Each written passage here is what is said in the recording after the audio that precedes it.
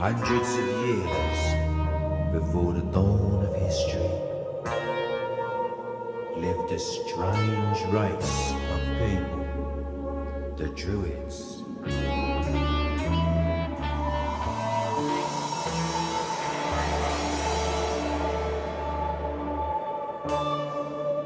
No one knows who they were or what they were doing, but their legacy remains hewn into the living rock of Stonehenge.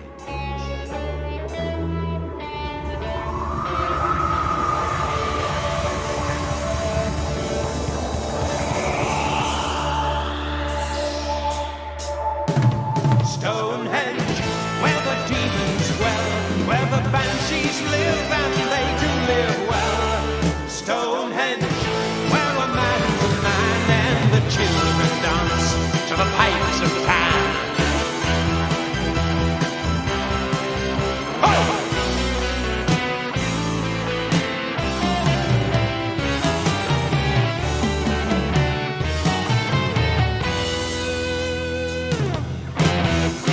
Stonehenge, 'tis a magic place where the moon doth rise with a dragon's face. Stonehenge, where the virgins lie and the prayers of devils fill the midnight sky.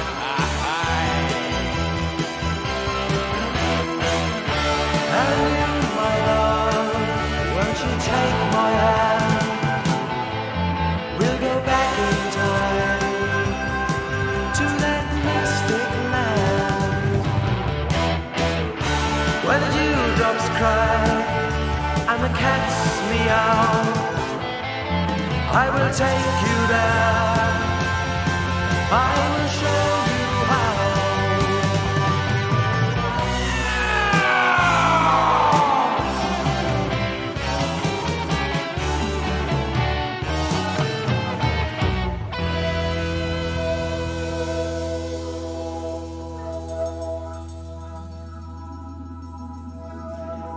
And oh, how they danced, the little children of Stonehenge, beneath the haunted moon, for fear that daybreak might come too soon.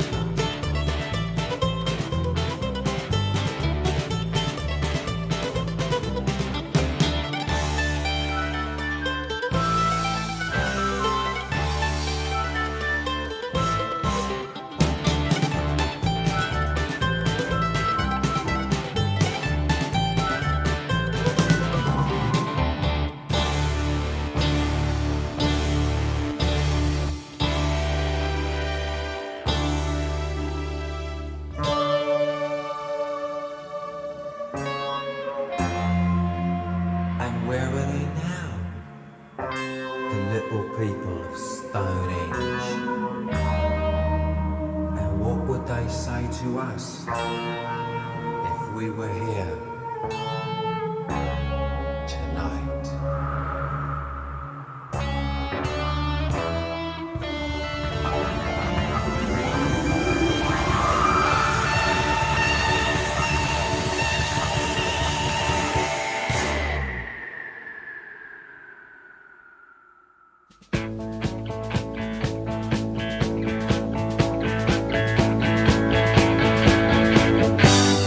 Waking up a fever in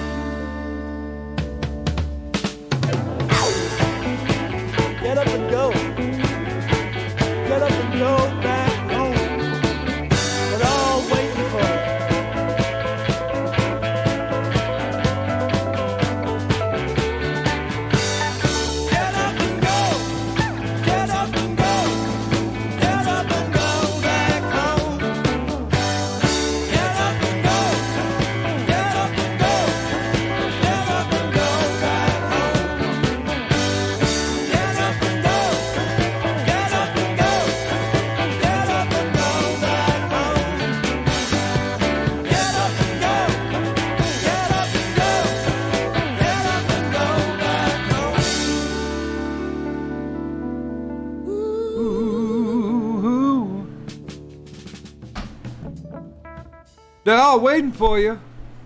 So get up and go back home. Hey. So I thought I'd start off by playing some fake bands. That's right. These 3 songs are from bands that don't actually exist. We started off with Clash at Demon Head with the song Black Sheep.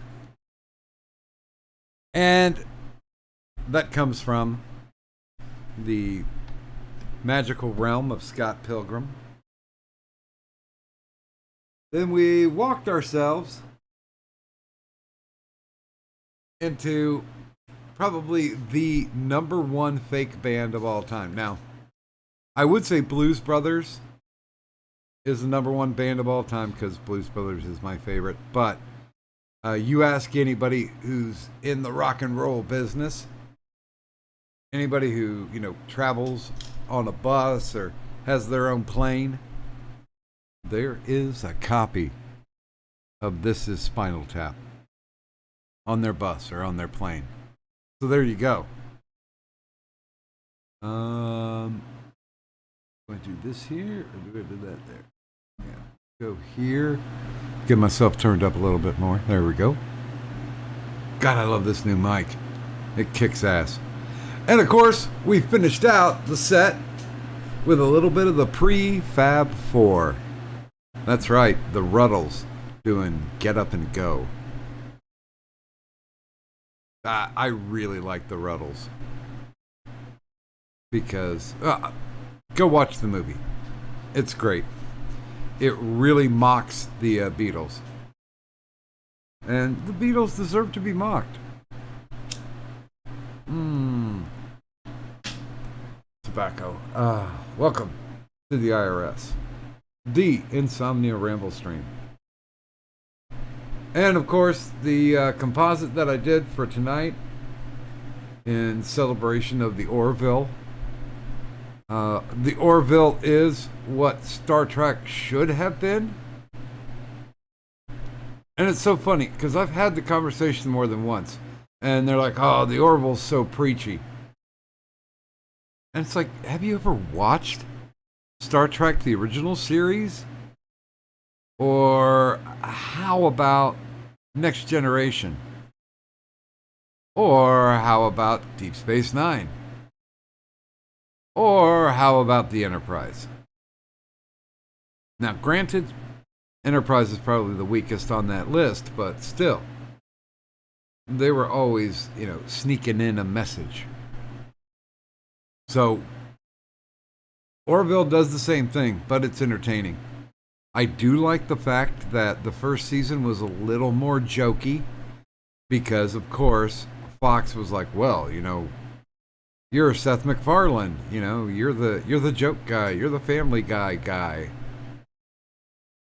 But Seth has really sincerely made it a love letter to not just science fiction, but the Star Trek itself. Now, granted, not as much of a love letter as Galaxy Quest, because nothing beats Galaxy Quest as far as giving a love letter to Star Trek. And for that, I thank them. I watch Galaxy Quest maybe once a year. It's that good. And really, if you're a sci-fi geek and you've never watched Galaxy Quest, then what the hell are you doing with your time? And to answer that question, stop masturbating. Don't tell me what to do. You're not my dad. Yeah. It's because of that I'm not someone's dad. Well, hey, I learned early on to rap the rascal. When I was graduating, when I was a senior, there was this new thing out called AIDS. And every single book, journal, whatever, was saying, yeah, if you get AIDS, you're going to die. Yeah, I remember. And well, I wasn't alive then, but it was like when I was a kid, it was still a thing. oh yeah, I put the penis in the sheath and went at it.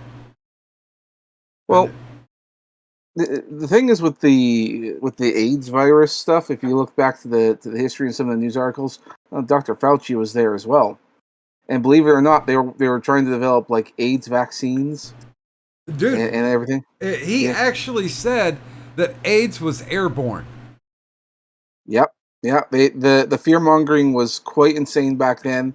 And you think back to like current events, like no, this guy is just peddling stuff so he can make money. It became all so obvious. Yeah, I like the fact that he announced that he was going to be retiring at the end of Biden's term. Yeah, because nobody fucking wants you, dude. Fucking fearmonger. Well, and the end of Biden's term can happen at any moment. And by that, I mean, he'll get replaced or something. Well, I mean, somebody's got to do something. Well, I mean, fuck. Biden has gotten COVID. It's been certified that he's had COVID at least 3 times. Yep. He's quadruple vaxxed. It's the same thing with Justin Trudeau here in Canada. I mean, our leaders have been uber vaxxed and they still catch COVID. Well, we can bring up Fidel Jr. in just a moment. Let me just say the quick hellos. Good morning, Sinfire. Good morning, Alistair. Good morning, Willie. And let's go to the bar. Bing, we're in the bar. Yeah, well, I mean, Trudeau's of an age to where it shouldn't affect him, and I swear to God, he's the whole thing with Biden. They probably got him on ivermectin and monoclonal antibodies. You know, the shit that actually worked, and they said that worked, and then all of a sudden they were like, no, you can't have this. No, yeah, you can't have stuff that works. What? Then you'll stop believing us. Yeah. Wait a minute. Where's the scroll? The scroll is not working. Is your mouse plugged in? No, the dono scroll along the bottom. Oh, that's something with your OBS. Fuck. Yeah, I don't know what's going on.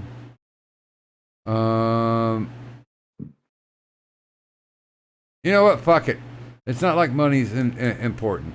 But, if somebody does dono, please let me know. Because both it's probably come from the fucking Streamlabs kit. Because the boss graphic is not up either. Is it because I said bad things about OBS on Gaming Stream? I mean, Streamlabs OBS anyway. Nah, I doubt they're listening that intently. Yeah, 6 of one, half dozen of another. No biggie. I'll figure it out later. Hey, it doesn't matter as long as we're broadcasting. Everything's good. Hey, good morning to Tailfin, and also good morning, Bunny. It's Bun. Yeah, because honestly, he's in the kill zone. That Biden, that is. Because of his age, he's in the kill zone. But apparently, well, because he's got money and he's got station, that they're willing to give him all this stuff that they know is effective and that works. But holy fucking shit, there's what? I think it was the pharmaceutical companies made somewhere around $7 or $8 billion just on the vaccines alone. Yep. Vaccines are a profitable business, that's for sure. Oh, well, the only thing that really pissed me off about the whole deal was the fact that Trump signed away any responsibility. Because he's like, we got to get these vaccines out. We got to get them out now. So he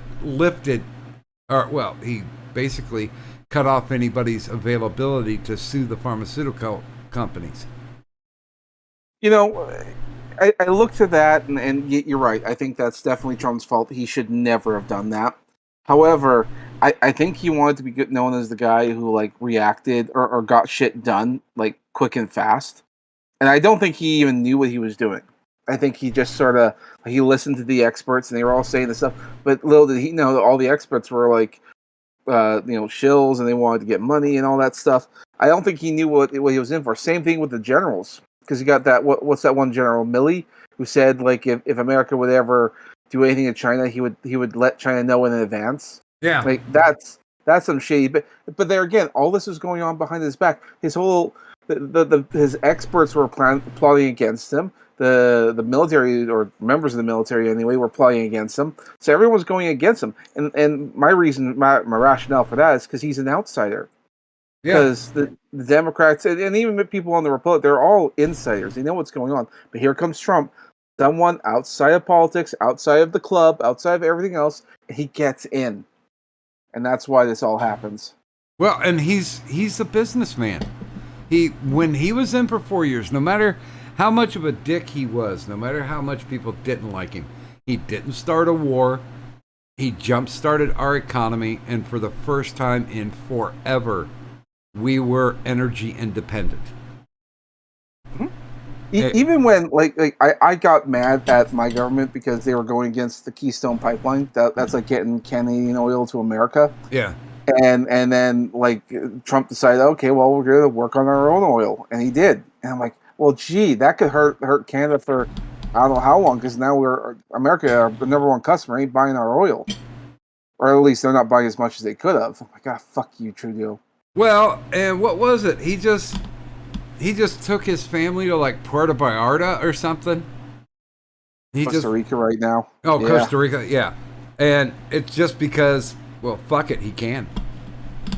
Well, and other people are pointing out the fact that he's going around, he's not wearing a mask, and that his staff isn't wearing masks, his family isn't wearing, no one has a mask on, and this isn't the first time this happened. I mean, he recently did a photo op on a train here in Canada, and same thing, no one's wearing masks. Everyone like and all these travel things have deep restrictions right now. Yeah. Oh, but he doesn't, nor does his family or his staff or anyone else. So like, what is this nonsense? What's going on? I mean, I was honestly going to go up.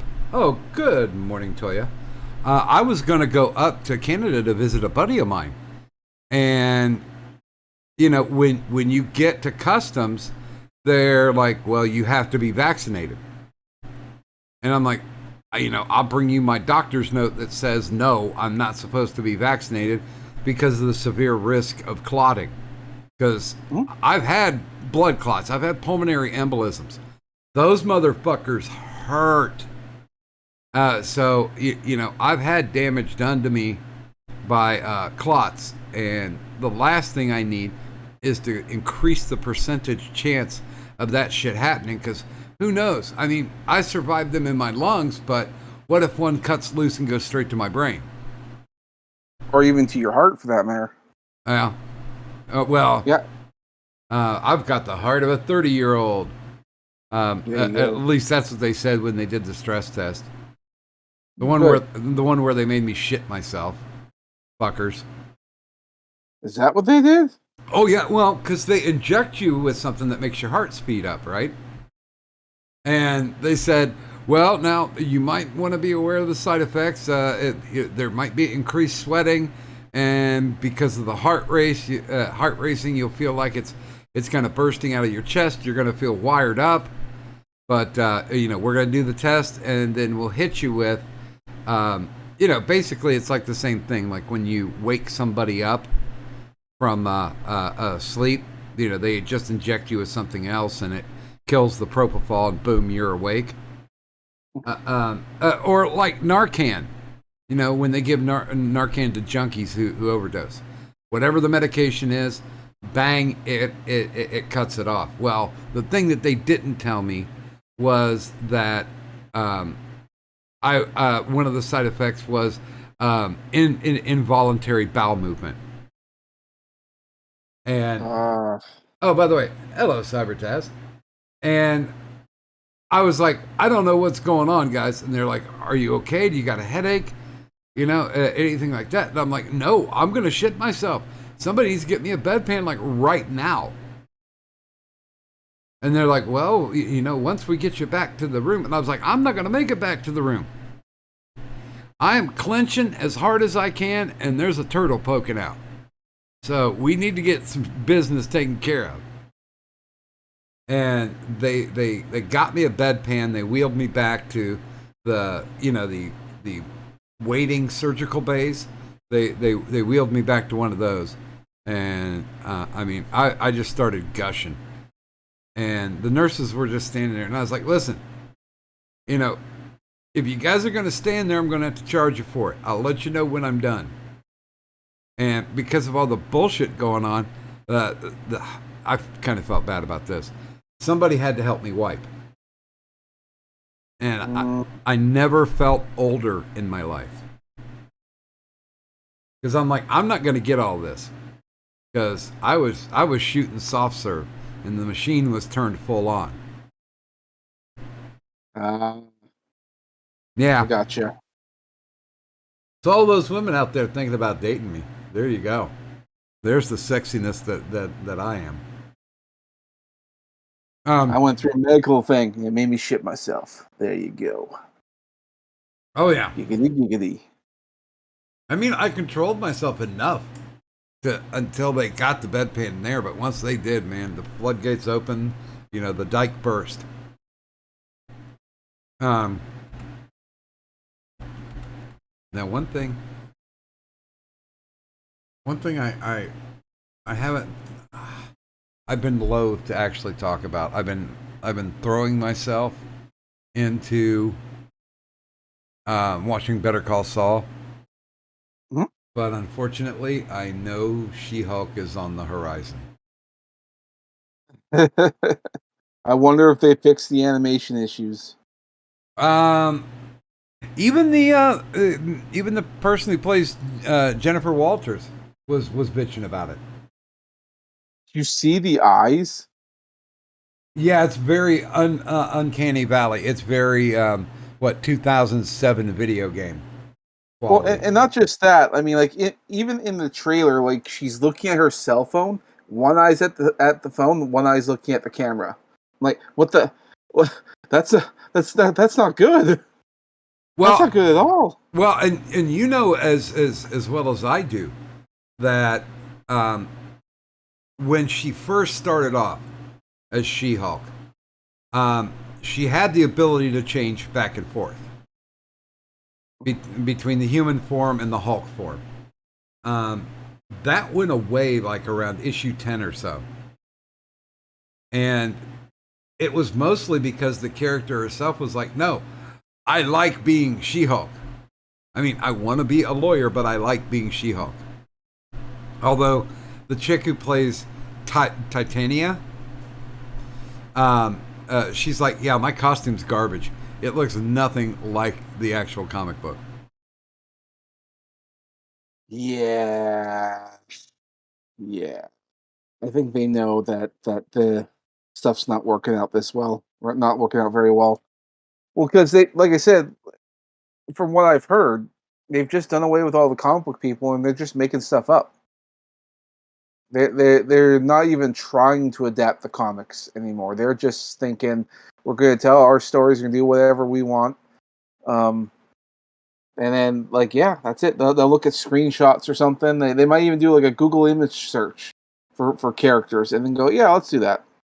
Well, I mean, probably the in the writing room, because the writers that were listed, I've never heard of them before. They were never comic book writers. They I can't wait for them to come out with the argument. Well, she is green. You know, yeah. And she's 7 feet tall. And it's like, ugh, you guys are. But they were thinking about John Byrne's run because, in all technicality, she was the first comic book character to ever break the fourth wall. But that was part of the gimmick. She realized that she was in a comic book, and that was part of the humor. And I'm thinking maybe the writers watch Deadpool because they have no idea how Jennifer interacted with the fandom. I mean, for God's sakes, they did one issue where it was like, if you guys buy this issue, then She-Hulk will jump rope naked. That could not happen today. No, but it would work. How many comics would you sell? Oh, a fair bit. But it's a joke. I mean, Byrne was pretty campy. I mean, because he had spent the last 7 years on Fantastic Four, and so when he got off Fantastic Four, he was doing Alpha Flight and She-Hulk. If I have it correct, I think I do. But yeah, I mean, Alpha Flight was amazing. He got like 24 issues in, and that's one of the ones that I really liked. And then when other people took it over, they had no clue what to do with it. And yes, technically, John Byrne is not Canadian, but he did spend his formative years living in Canada. Well, I mean, I don't think you have to be Canadian to write about Canadian cultures and all that stuff. I'm not one of those guys who thinks that in order to write about a subject, you had to have actually be part of it. I think that doesn't even lead to good writing, or even necessary writing. Well, and he even had 2 Quebecois in it. Yeah, exactly. Yeah, a couple Frenchies. Yeah. One of them is gay, and I remember I went to a convention, I think in '88, and somebody stepped up and said, "Hey, so what is it? Is North Star gay?" And he looked at the kid and goes, "Does that affect him and how he's a superhero? Does it make his powers any better if he's gay? You know what? If he's gay, he's gay. It's none of your damn business. Because the only part you need to see is him being a superhero." Mm-hmm. Exactly. What you do with your life, it does not identify you. It's like, what's the interesting part is the fact that you have a superpower. Oh, you sleep with guys, and maybe it's because some of these writers are bored with superheroes. They don't see the importance within them, and which is probably fair enough, because a lot of these people, these writers and directors, they're young and they grew up with this stuff, which is kind of sad to say, because I'm like, oh, now I feel really old. But a lot of them, a lot of them are fresh out of school, both writing school and and directors or film school. And this is none of this stuff is of any interest in them whatsoever. Well, and you can disagree with me, because what is it, Valiant? Not only moved their offices, but they've laid off at this point like 2/3 of their staff. Yep. And it's because Valiant was one of the first people that were just like, oh, identity politics. When you bring in a writer who can't write and an artist who can't draw, your book's going to fail. I forget who was talking about it. I think Clownfish was saying, hey, why don't you guys bring back Jim Shooter? I mean, holy hell, he's still alive, and he got Marvel out of the toilet once. I mean, he was the mastermind behind Secret Wars. And it wasn't that long ago that I think it was the Marvel's YouTube page was actually talking to Chris Claremont about some of the stories, and I'm like, well, if you're in contact with the guy, why aren't you having him work for you? Why don't you have him writing? I mean, but these are basic common questions that no one's addressing. It's like they'll acknowledge his existence or any of these people's existence, but they won't actually work with them. They won't get them. They just want to use them to sell books or sell whatever the product is. I remember seeing an Image panel at one of the Comic Cons, and Todd McFarlane was there, and Rob Liefeld was there, and Rob was being a hyperactive ADD kind of guy. Yeah, but I mean, and Rob Liefeld's been in the media a fair bit of late. One of which being bringing up the Deadpool movie. Why aren't they working on Deadpool 3, which is like $1 billion movie, guaranteed it's going to make sales. Doesn't even need to go out in China, and you're going to make sales. Yeah. But they're not doing it. And No, technically, they are in pre-production. And what Yes. in pre-production means is they still don't have a fucking script. yes, Because- I imagine. Yep. Because they're talking about bringing, what is it, Copycat? Mhm. Whatever his girlfriend's superhero thing was. You mean Domino or? No, Oh, Domino. I see what you're talking about. His girlfriend, right? I think her name was Copycat. Yes. Yeah, because she turns into a superhero, and they're trying to work like another love story, and it's like, okay, I understand you need to motivate the character, but people like on YouTube are putting out bomb ass trailers for Deadpool 3. Like there's one guy who put one out and made it Deadpool kills the Marvel Universe, which it's a funny miniseries. It's pretty good. And it's like all the comic book fans are, popping their heads up like fucking prairie dogs in the heat, man. Everybody's like, yeah, what's this? They like Thor. They incredibly fucked up on Thor because they put a guy in charge.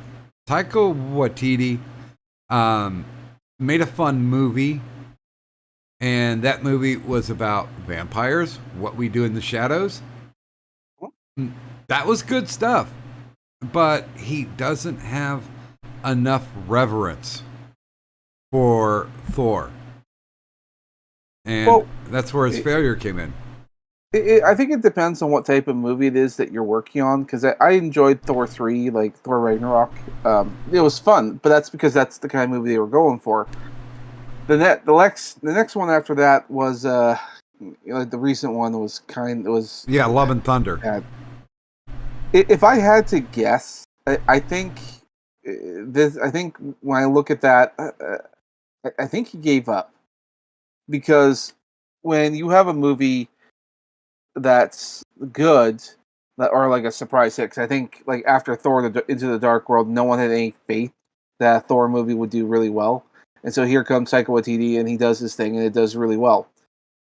But then they come out with like this next one, and there's like so many producers and it's so jokey and it's all over the place, and I think when you have like a case of too many cooks in the kitchen, I think when you have a guy who's trying to tell a story, he's like, I give up. I'm done. Whatever. Yeah. Yes to everything. Whatever the fuck you want. I don't think he has that, or he just, someone took away the power that he had, and he just has to comply, which is what they want. Not because it's in the best interest of Disney. I think that there are people who are like rats on a sinking ship, and they're trying to get their last morsel of food before they jump off the ship. I think that they know that Disney's in trouble. They know that everything's going there, so they're trying to get, like, when I say like get their little bits, like every joke has to get in there, every story thing has to get in there, and the director can spend like the movie could even be delayed because he has to listen to all these demands, and he can try and fight back, but it's like I think he just sort of gave up. He doesn't care anymore because the process of making this movie is so arduous that it's like draining his life. And I imagine it's the same thing with Deadpool 3. I hope that whoever's in charge of that one, I hope they have the resolve to fight back against this nonsense. Because like I said, like every joke is a payday, every alteration is a payday. These people want their paydays.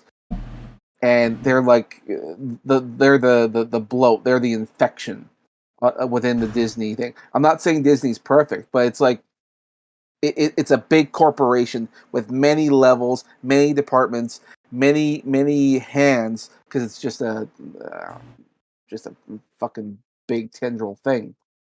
But they let every department kind of do their own thing, so there is freedom within the company, as far as I can tell. It's just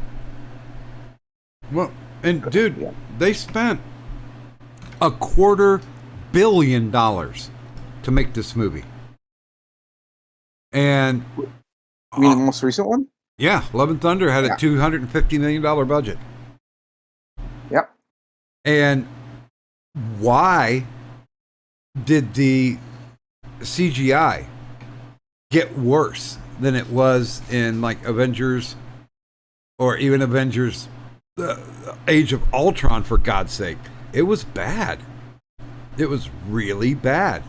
And I mean, okay, here's my theory. Is that Disney doesn't give two fucks. You know why? Because it's content. That's what are you doing, Cat? I think you're right. I think definitely it's they're doing what Netflix did, which is like they're doing like quantity over quality, Yeah. and it's a harsh lesson to learn. Hopefully, it won't do too much more damage because I liked Marvel movies when they were good, but they haven't been good in a while.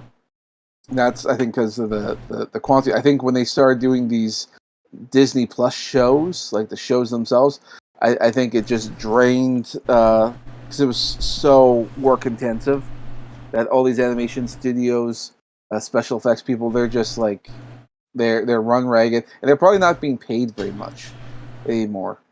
So they just don't want to do it, and who could blame them, really? Well, and technically, the last good Marvel movie wasn't even put out by Marvel Studios. I mean, Fair enough. No Way Home.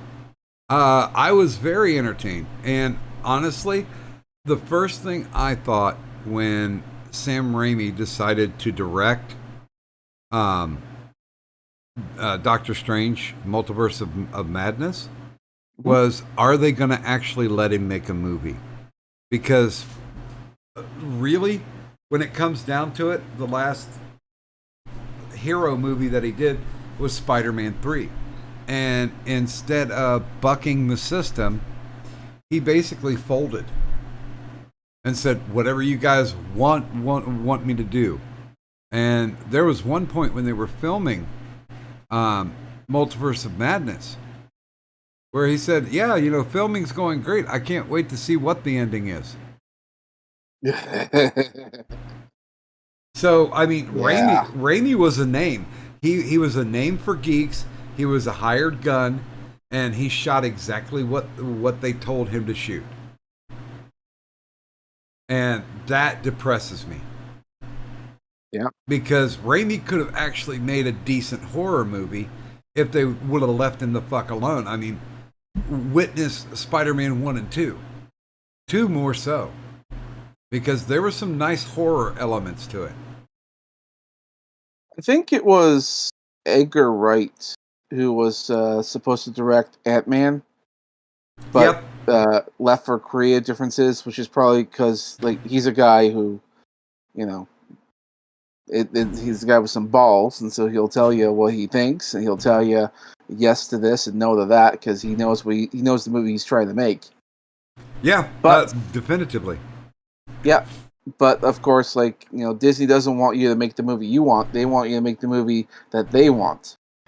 That's the thing. Or you can make the movie you want. Just work within our boundaries. Make the changes that we want you to make. Then go ahead and do your thing. Dude, I swear to fucking Christ, I'm gonna sign off when the Marvels come out, because they're also gonna introduce Riri Williams, and fuck that character. Yeah, well, anyone who knows anything about comics knows that ain't gonna do any good. Not only that, it's not gonna work well. However, I think with this schism going on within the special effects and animation departments, I don't think they can afford to make most of these movies. See, when they made that announcement, because it's more of that flood the shelves, quantity over quality. I don't think half those movies are going to get made, mostly because I think the companies aren't going to work with Disney. They can't. They're not getting paid well, and I know Disney's hurting for money. So what they're probably going to have to do is they're going to have to renegotiate this. Don't be surprised if these movies disappear. Like it was the same thing with like because they were supposed to do a Disney Plus series for Blade, and that never happened. It was actually well, they turned yeah. it into a movie. Yeah, exactly. They had to turn it into the type of movie. I can. And it's PG. Yeah, that ain't gonna work. When you have these epic R-rated Blade movies from the '90s, and you're gonna try and surpass that, and good luck. It ain't gonna work. Most of the time, like people are gonna hear Blade, and they will go out there and they'll dig up their old DVDs, and that's back when DVDs were cool and they had special features. Like the disc was just loaded with shit, and then not only that, they're gonna see how good the '90s movies were. Good in air quotes. The first one was really good. Second and third, hit or miss. But they're also going to see how fucking great DVDs were. They don't make DVDs like they used to. That's another side tangent. Like I've seen some amazing DVDs. Like Tim Burton's Planet of the Apes movie may not have been the greatest movie of all time, but that DVD is fucking incredible. They literally filmed additional stuff just for like the features. Like the menus and all that. They filmed additional material. That was so fucking incredible. Anyway, that side tangent. Well, my favorite was always the Alien Quadrilogy. It had almost 70 hours of special features. It had the 4 movies, and then it had 70 additional hours. And honestly, anytime I watch Alien or Aliens or Alien 3 or Alien Resurrection, I will always watch all the special features first. And then I'll go back and watch it. And 50% of the time, I'll watch it with the commentary on. Well, and yeah. Go ahead. I was just say it also depends on like what the movie is. Fuck, I forgot what I was going to say. Anyway, go on. Yeah, I mean that's when you make a movie that is awesome, then you definitely want to delve into more of it. I'm not the kind of person, and I don't have any respect for anybody who's just like, yeah, I watched it, it was good. But if you loved it, then you don't have the opportunity streaming to get any type of special feature. No behind the scenes kind of stuff. And I mean, I'm a geek for that kind of stuff. I want to know what was in the director's mind, how they were setting up the shot, and how they were going to get to A to B. Not so much interested in the motivations of the actors, because you're getting paid and you're acting like somebody else. Okay, got it. But being able to,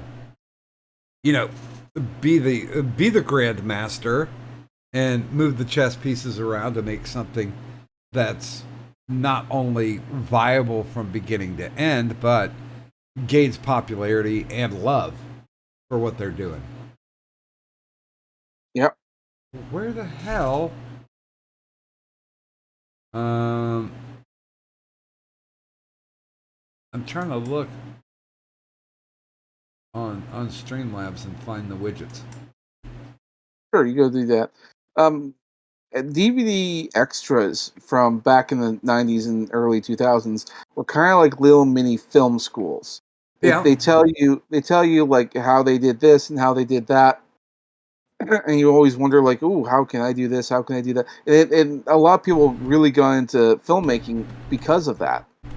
But now we have like all those extras and that you see on the DVD. They're all on like their YouTube channels or something. And it kind of defeats the purpose. Not to mention, there were like Easter eggs in movies where you can unlock hidden blooper reels, like animation mistakes. Like I still remember like the original Spider-Man. If you go off the menu in like the extra features, you see a little spider emblem. If you click it, then you get to see like the animation bloopers of Spider-Man, where they accidentally put in big head on the body. Like if you mess up with the code in the program, then you'll give him a giant head or giant hands, who knows what, and so you get to see Spider-Man kicking ass with a huge fucking head. which then would inspired a series of advertisements. Was like a little baby head cartoony Spider-Man for like Pepsi or something. I can't remember what the ad was for, but yeah, that was a thing. Well, and there's one particular blooper from X-Men, the first X-Men movie, when they were on whatever the hell that the island that Statue of Liberty was on. Yeah, and they were getting ready to lean into the battle. Everybody got together, and there was a guy in a Spider-Man costume who showed up. And the greatest crossover that never happened. And he was like, yeah, guys, I'm ready to fight. And all the actors just turned and looked at him, and they just busted up. Man, every time I see that, it breaks my heart. I'm like, oh no, we came so close. Well, I mean, it's gonna happen. I mean, they've already introduced Kamala Khan as a mutant. So Ms. Marvel, even though she wears a wristband that gives her all of her powers, she's a mutant. So figure that one out, because I can't. Well, again, clearly Marvel isn't thinking about this stuff. Like, they're not listening to the fans. That much is obvious. They're not listening to our concerns.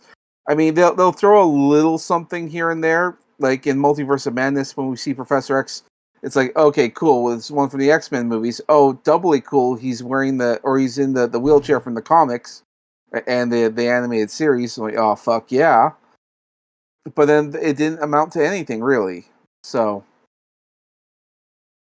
Well, and they really should have let Raimi go on Multiverse of Madness, because honestly, killing Reed Richards right off the bat,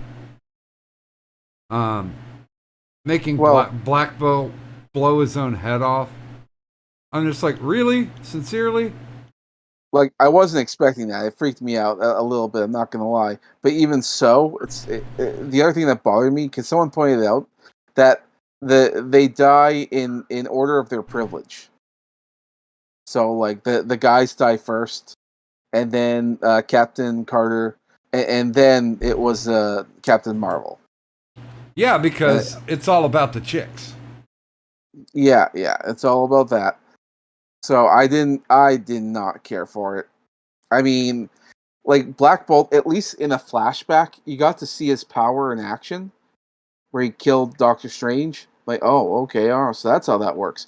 But Mr. like Reed Richards, he didn't get a chance to fucking show his power at all. Nothing. It was implied his arms stretched, and then he like was disassembled like a tube of cheese string. Yeah, I you know, honestly, you know, that's my thing. Fucking with the Fantastic Four, I'm like, oh, you guys are full of shit. Yeah, and they're gonna go ahead with the Fantastic Four movie. I'm like, oh, if it wasn't current Marvel, anything but current Marvel. Well, but there again, my hopes are, like I said before, I hope that the schism from the special effects people fighting back will force a change. Well, I think the thing that really got me is, you know, the Fantastic Four is Marvel's first family. Mm-hmm. And they treat them like garbage. There we go. Yep. Got graphics up and running. And right. I can't stand that. Because I mean, think about it. Their greatest villain, and arguably the greatest villain in Marvel Comics, is Doctor Doom. Fuck yeah. And out of the 4 movies that they've done, they've mishandled him 3 times. I will give Roger Corman credit for the one that he made for $1 million. That thing was as Doom could get. Mm-hmm. And that's the thing. You can't cater to normies when most of the normies don't understand. I mean, granted, the comic books are our modern day heroes. You know, just like the Greeks told their mythical tales. So I completely understand that, but when you don't treat them with the reverence that they deserve to be treated, then all of a sudden it's just somebody pushing an agenda with some character that they may have read one or two of the comic books or just seen a movie about them. Because I think they're going to fuck up Daredevil. Yep. I sincerely think they're going to fuck up Daredevil. But they don't care because all they need is content. All they want is content. They're thinking that what comic book readers, comic book fans, aficionados, they think that they're stupid because they're reading funny books. You know, like it's the 50s again. So we can do whatever the fuck we want with it and they will still buy it. Well, Thor Love and Thunder proved that they don't still just buy it. And when Quantumania comes out in tanks, same thing. I mean, Yeah. Oh, good morning, Gil. Yeah, you know, the Marvel Phase 5 looks like garbage. It is garbage. Absolutely. I mean, okay, we can both agree that Iron Man was technically a secondary character. That Cappy was technically a secondary character. But they put oomph in it. They worked on the story. They made them three-dimensional. Whereas the only dimension with what's coming up in Phase 5 is, yeah, I'm a Muslim and I have a magical bracelet. Or, you know, I'm deaf and mute, so, you know, I'm the baddest assassin in the world. It's like, you can't be. Echo is going to be a piece of shit. Daredevil's going to be shit. Blade being PG-13 is going to be shit. I don't care to see Loki season 2 because of how badly they mistreated the trickster god in the first episode, in the first season. That whole show is nothing but busting balls. I will not watch it ever again. If season 2 comes out, don't bother. That show, as far as I'm concerned, it's just an embarrassment. Well, and they're running the exact same goddamn playbook on She-Hulk that they ran on Loki. Oh, okay, so there's a female version. Well, she's smarter, she's stronger, she's faster. It's like, no. If you guys ever read the She-Hulk comic book, there has been no time where She-Hulk's been able to subdue Hulk. Hulk would legitimately beat the shit out of her because Hulk is strongest one there is. You're right. I don't want to see Captain America: New World Order. I particularly don't want to see the Agatha Harkness show. I mean, God, you want to talk about a fucking fringe character? Ugh, yeah, it's not gonna work. Doesn't work for me. I gave WandaVision a go. I thought, oh, okay, well, let's see where this is going. But I was like a lot of fans. I kept thinking, because they were hinting at Mephisto. Yeah. Was it Mephisto? Yeah, it was him. Yeah, they were hinting at him all throughout this whole thing, and I kept thinking, oh, God, they're actually going to go there. All right. I wonder if Ghost Rider is going to show up. Or maybe not. But then again, once X-Men's Quicksilver showed up there from the X-Men movies, I thought, oh, God, they're doing it. Then I thought, oh, anything's on the table now. Holy shit, this show, this might be the best show of all time. But it didn't go that way. They fucking shit the bed. And I remember hearing that Doctor Strange was supposed to be like in there. He was in the original cut, and then they removed him because they don't want to have a man mentoring a woman. That's when I realized these people have no idea what they're doing. None. They are here for political brownie points, not for actually telling good stories. I'm done. I mean, I'll watch it when stuff comes out, but I have no faith, none. Dude, the only one that has piqued my interest is Guardians of the Galaxy 3, and that's because they're leaving James Gunn the fuck alone and letting him do whatever he wants. I think it's because he like everything he does makes money, but also it's probably a negotiating thing because when he went off to DC and he made the Suicide Squad, and he made this like and Peacemaker, and they're like it's like a mega hit. They're gonna let him do whatever. In fact, if they were smart, they let him take charge of the Marvel Cinematic Universe. Well, Take it away from Kevin Feige. Well, I thought it was funny because of the fact that Marvel's like, oh, you're fired from tweets you made 10 years ago. Fuck you. And he's like, oh, okay. Hey, DC, can I do a Suicide Squad? Fuck yeah, come on over. And all of a sudden, Marvel's like, wait a minute. Wait. No, he's our guy.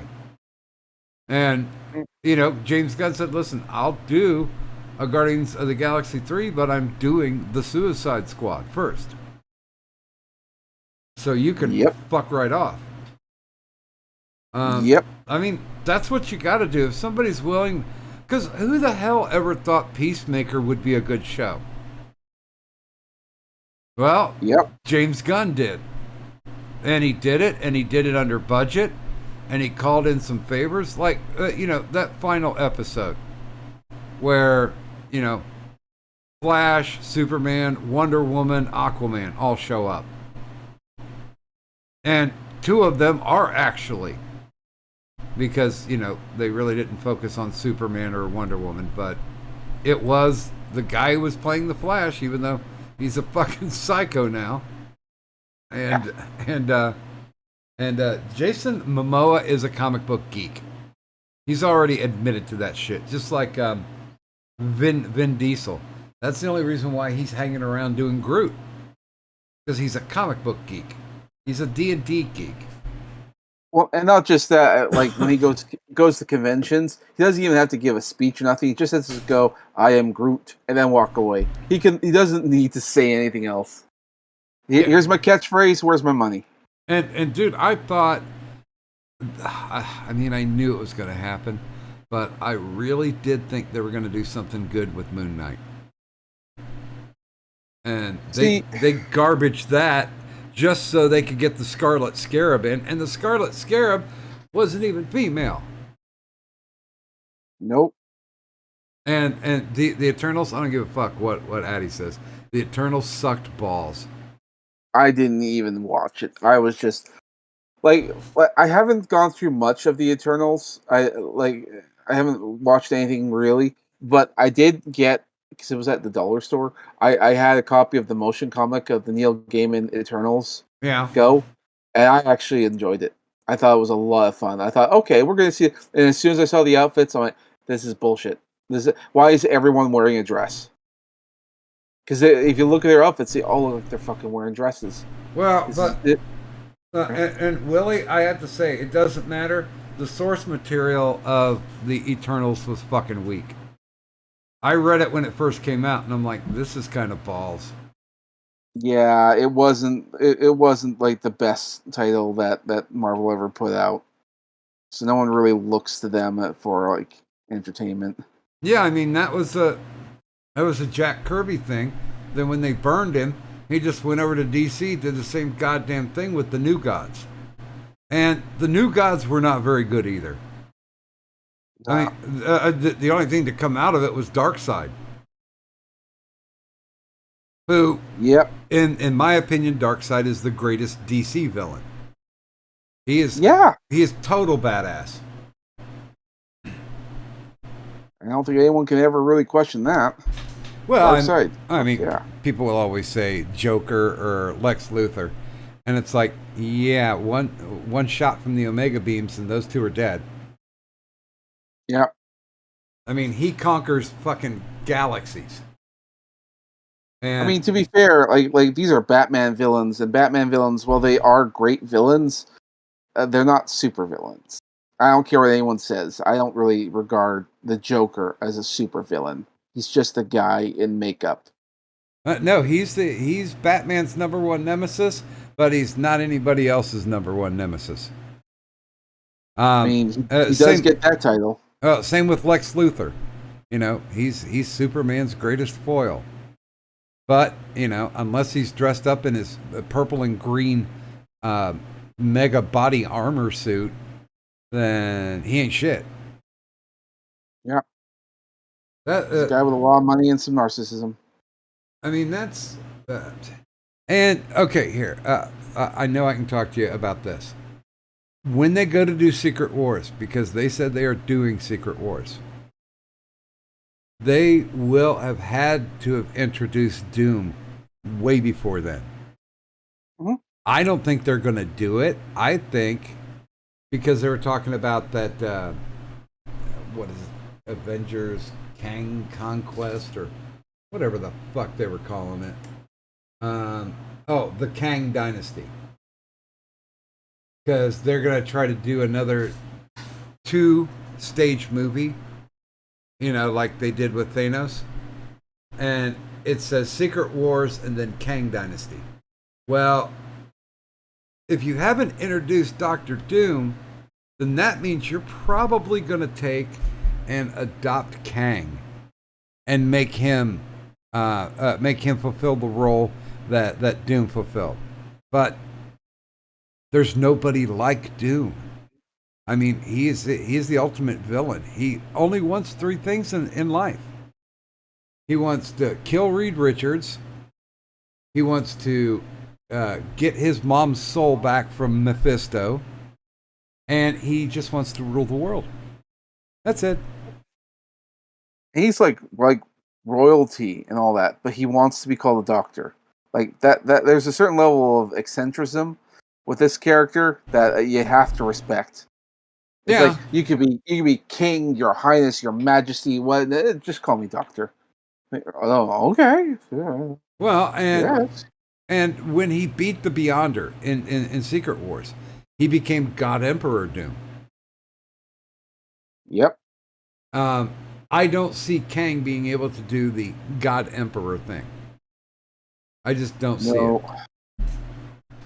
Honestly, I mean, like, I wish they would do a lot of other things that would be more interesting. Like, I wish they would do Maestro Hulk. Make Hulk a villain. Have that storyline go on. Do World War Hulk or do something. Like, it's a little hard. Planet Hulk, yeah, but it's a little hard to do right now because you know, a solo Hulk movie would give all that revenue to Universal. Well, which is why, yeah. Well, and plus they've already said, well, we gave Hulk a movie and it didn't do so well, so you can't have another one. He's always going to be a side character, and She-Hulk's going to turn him into a joke. Yeah. I mean, come on. The what do they call it? Professor Hulk. You know, where both sides are integrated. They found out in the comic books that was not a good idea. I mean, one of the most popular things that was ever done, and I wish they would have done it, was turn him into Joe Fixit. The old Grey Hulk. Yeah. You know, the gangster Hulk. Yeah, that would have been a lot more interesting. But they're not thinking ahead, if they're thinking at all. I don't think that they are. I don't think they know what they're doing. They're just sort of rolling with the punches and seeing what works. Yeah, I mean, it's like, oh, we got these $1 million properties, and, you know, Avengers was the first movie ever to break $1 billion. And so, yeah, it'll be successful. Well, think about it. Out of the original 5 Avengers, how many of them are still around? I mean, you killed Black Widow, 6 Avengers, excuse me. You killed Black Widow. You completely depowered Hulk. Captain America's dead now. Iron Man's dead. And it's... Oh, hey, Sixer. Hello there. How's it going, my friends? We're lamenting about DC. Well, no, about how they're fucking over all of our comic book heroes. Well, shock, color me shock and horror. Yeah, it's Yeah, well, it's go on. it's amazingly horrific, especially Oh. somebody like myself. As a kid, I was a chronic stutterer. I was also had physical movement issues, and one of the things that allowed me to break away, and one of the reasons why I still like Unbreakable, is how Mr. Glass treated everything, because that was his escape. Comic books was It's his escape. escapism, isn't it? Yeah, it's escapism. Now, unfortunately, now they're bringing real world situations into our escapism. It's no, we can't escape anymore. Well, it's just like I was saying about when somebody asked John Byrne if North Star was gay. And he's like, it's none of your damn business if he's gay. Do we care? We don't care as long as the story's good. That's the problem. They put in what's in between the legs, or the sexuality before the story, and the story suffers big time. Well, dude, Well, if you watched Ms. Marvel, I do not watch anything from anywhere, anything on there anymore okay, whatsoever. okay, well, literally, literally, it's all dead to me. well, dude, literally, they just sat around a table most of the time and talked about stuff. Oh yeah, I heard the reviews. So yeah, got most of my reviews from Heel versus Babyface and all that lot. Yeah, I'm not surprised. It's kind of, just when you think things going to worse, somebody turn around and says, "Hold my beer." Yeah, it was a shit sandwich. I'm sorry. Go ahead, Samaji. well, earlier I was mentioning that a lot of these people are just young people, like the writers and all that, because they don't really know anything. I've often heard it said like, write what you know, and a lot of them have barely lived a life at all. Yeah. So they're really inexperienced and no concept of what life is really like. Yeah, none whatsoever. No clue about what to do. But they are fresh from school, and a lot of schools are filled with politics, and so a lot of them write politics, and a lot of them are concerned with social media and stuff going on. Yeah. And so that's where you end up with all this nonsense. Yeah, because they don't know the meaning of the word escapism. They don't know what escapism or what's Mhm. what the genres are all about. Well, no, they don't have heroes. No, They have no heroes. They want their to. heroes. They Twitter is their heroes. For people on Facebook, all the like you said, the social media. That's Antifa and all the other type of fucking garbage out there. I mean, I'm sure they'll find a way to write Greta Thunberg into one of these Oh Marvel God, movies time! at some point. Don't even joke about that. Well, technically, they already did in the comics. There was a series of X-Men comics with extreme environmentalist mutants, members of Charles Xavier School, and yeah, I think they were like told that we need to help change the world, and then Careful that they're called mutants now, you bigot. Well, that's true. I was gonna say she's far too white. But she's female, she's feminist, she's green, and she's disableist or whatever they call it, because she's definitely on the spectrum. That girl.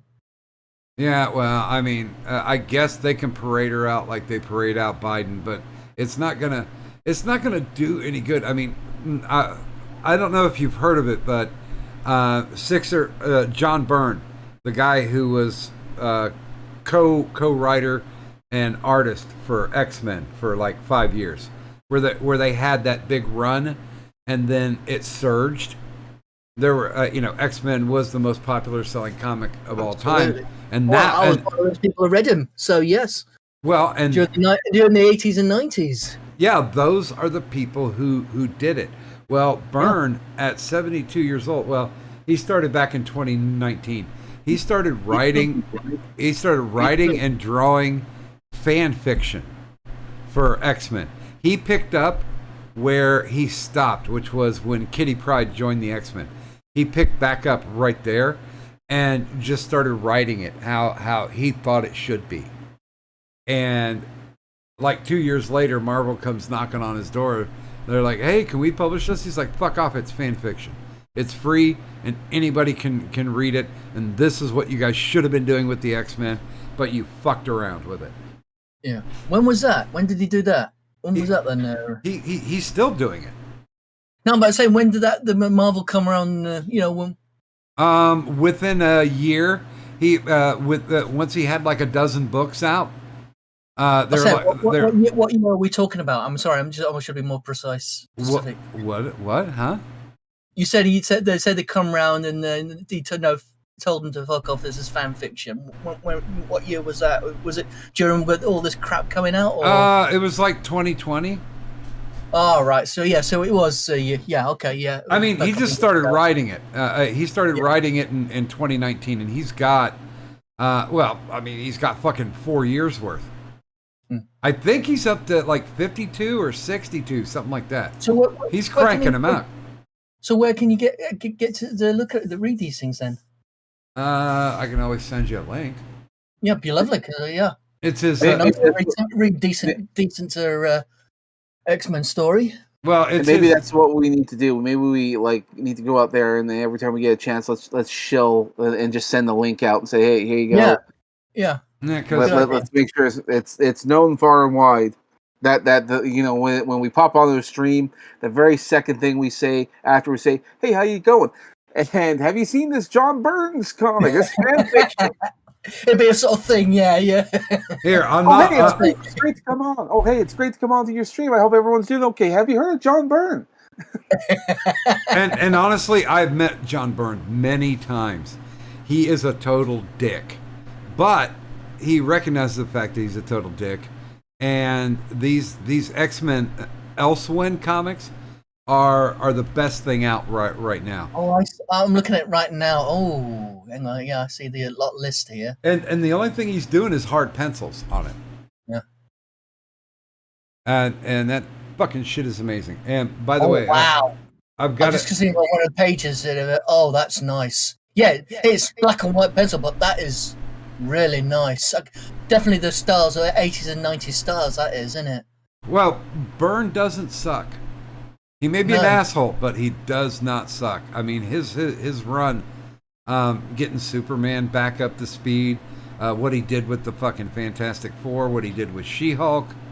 There's a myriad of things that he's done to improve the books, and that is because he's a fan. That's one thing that big corporations, especially corporations like Disney, don't understand. That if you've got a talented fan that knows the material, cut them loose, let them go, let them do their job instead of doing diversity hires and saying, well, we've got this gay man writing Iceman, and Iceman's gay now. It's like, no, you don't write your life. You can put in as a writer. I pop in little pieces of my life into it, but it's just one facet on the diamond. The character itself is a fully developed character. It may have one or two traits or have a story that was mine, that I grew up, that I lived, but yeah, you have to be able to flesh it out. You just can't say, I mean, for God's sake, Iceman was at a funeral at one of his friends who got killed, and he was on fucking Grindr trying to find a date. Yeah.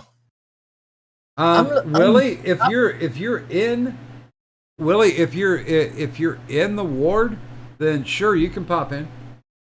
I'm just looking at. We just read a couple of pages. I'm already hooked. This is fantastic. This is what comic books are supposed to do when it's done right. It pulls you in, and you want to read more. And this wants me to read more. Yeah, I mean, I'm about. This is fantastic. I'm about 20 issues in, and one of the big reasons why Byrne told him to fuck off was because Byrne was like, I don't want you guys getting control. I don't want you guys to have anything editorial to do with my shit. I want it completely unburdened by all of your bullshit. Hey, Willie. Well, I'm saving this. I'm going to read this later another time, but that is fun. I love it. This is brilliant. That's how it should be. This is how X-Men should be. I said X-Men, not the mutants. Fuck you. yeah, and this guy is in his fucking 70s. And this is what thrills him. It's This is what gets fantastic. the creative juices love it. going. I love it. Oh. Yeah, I'm definitely when I get some time to my, some private time, I'm going to be reading some more of this. This is fantastic. Yeah, I You know, would. it, Oh, I mean, go it's ahead. black and white hard pencil, but it's fucking brilliant. see, I love it. I really enjoy the independent comic scene right now because a lot of people are going Yeah. out there and saying, Like well, the Rippaverse and all that. well, yeah, you got the Rippaverse, you have like Cyberfrog, you got all this stuff, and that's great and all, but it does break my heart that I can't see the things that I want to see reflected anymore. I can't see the X-Men. I can't see Spider-Man. I can't see. You can't recognize anything anymore, can you? No. Not just in comics, but also in my favorite genre of Star Trek and Star Wars. I don't recognize it anymore. Well, this is not what I grew out with. Well, they are essentially looking to destroy Hey, all the hey, heroes so they can don't do build that. a different foundation. That's what they're Don't tell me doing. that the fucking one is really, really busy more. Something else, my own country, something else I grew up with, and it's been completely and utterly destroyed. Well, they're getting ready to kill Judge Dredd, right? Are they? Yep. Oh wow! Don't say that. Well, because Judge Dredd is Because he's pale and stale. Well, Judge Dredd is one of the most unique characters because of the fact when they started him in the 70s, they aged him as they went along. So he is very old now, happening right now, and then he's going to expire. He's lived his life and he's going to die. No, That's cool. fair Then. enough if they're doing it that way. Yeah, that's pretty unique. I mean, but then Yeah. again, I've been waiting for a fucking And they'll do the diversity higher. well, I've been waiting for a Johnny Alpha movie or a Halo Jones movie. Fucking A, there are a lot of really good characters, especially the ones that came from 2000 AD. I think DR and Quench could actually be the modern day version of a Cheech and Chong movie. It would pop off. Write that fucking down. Oh, I'm a fan. I was always a fan of a lot of British comics. The problem is though, mate, I'm always going to have that fear that it's going to go the route of Doctor Who. That's my only fear with something like that. Well, Say this, and usually 99% of the time I'm always correct. Well, Alan Moore wrote Halo Jones and DR and Quench, and DR and Quench is about the most politically incorrect book I've ever read. It is amazing. It is beautiful. The ABC Warriors. Another one that could be done. I mean, for God's sakes, they had one of the ABC Warriors in the Judge Dredd, the Stallone version. Stallone version, yes. Oh right, yeah. Took me a moment to figure out what you're talking about, but oh yeah, the big robot, right? Yeah, the ABC, yeah. Yeah, and basically what it was like a Sergeant Rock or the Losers, but they were robots. And I rarely had anything bad to say what 2000 AD was putting out.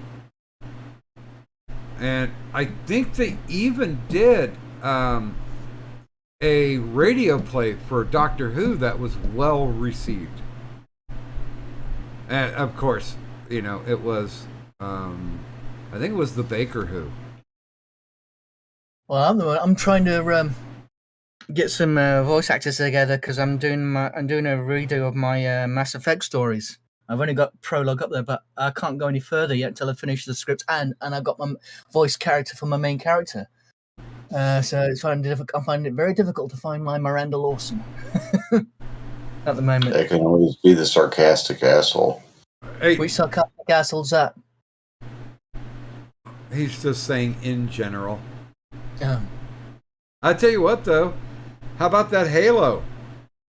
Oh God. Master Chief's a pussy, apparently. Well, technically now And they the killed new him off in the last episode as well.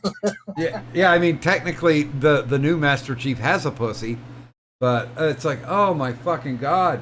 I didn't play the games, but I played the games. I love the games, but I'm so glad I didn't watch the series because I knew it was going to be bad, and I was right. you know, one of the main rules in communism is tear down the heroes and the gods. Yes, exactly, and that's exactly what's happening. Yeah. They gender bent Master Chief. Master Pussy, yes, Master Quiff. Yeah, Master Queef. I didn't even bother to get to the end of the series because I saw I exactly didn't even where watch it it, was but going. again, I did what all was. I just listened to everyone's reviews, and wow, it got bad. I shouldn't I'm be sure I can surprised. say was pretty good recently was The Boys. Well, yeah, but that's from an indie. That had problems though. That's the thing. And the same, but it's kind of like hot and cold. The Boys. Sometimes it could be good. Sometimes it can be really bad. I mean, they're saying that heroes suck, and that's probably the reason why it got made. I mean, but if you want something that's really fun comic book, and I hope they get that second season out soon. Invincible.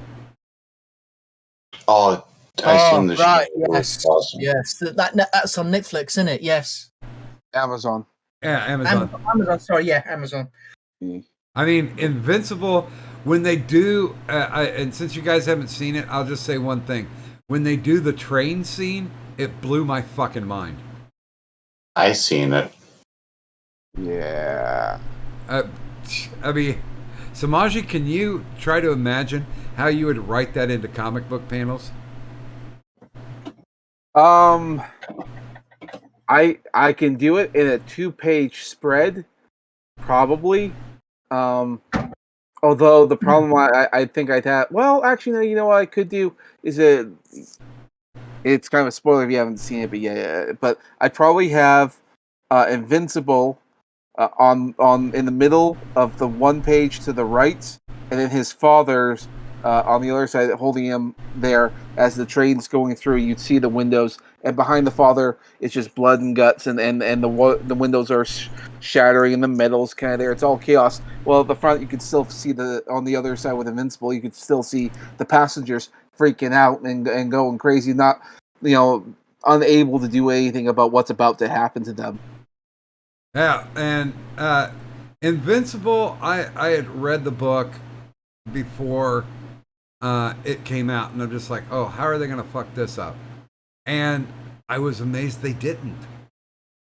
I mean, yeah, there's some basic changes, just like there was basic changes in The Boys, but all in all, as far as the adaptation goes, Well, speaking of good adaptations, and respecting the lore, the continuity, the characters, and everything like that, this is something else. It's not a superhero, but it's something where I think we'll probably recognize as Cobra Kai.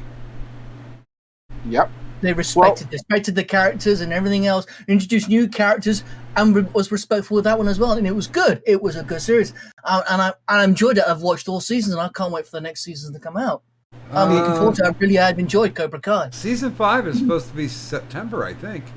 Yeah, I am looking forward to that. And that is again, you respect the franchise, you respect the product, you respect the characters, and people will watch it. You disrespect it and everything else, and start polygon all this, and people are going to walk away.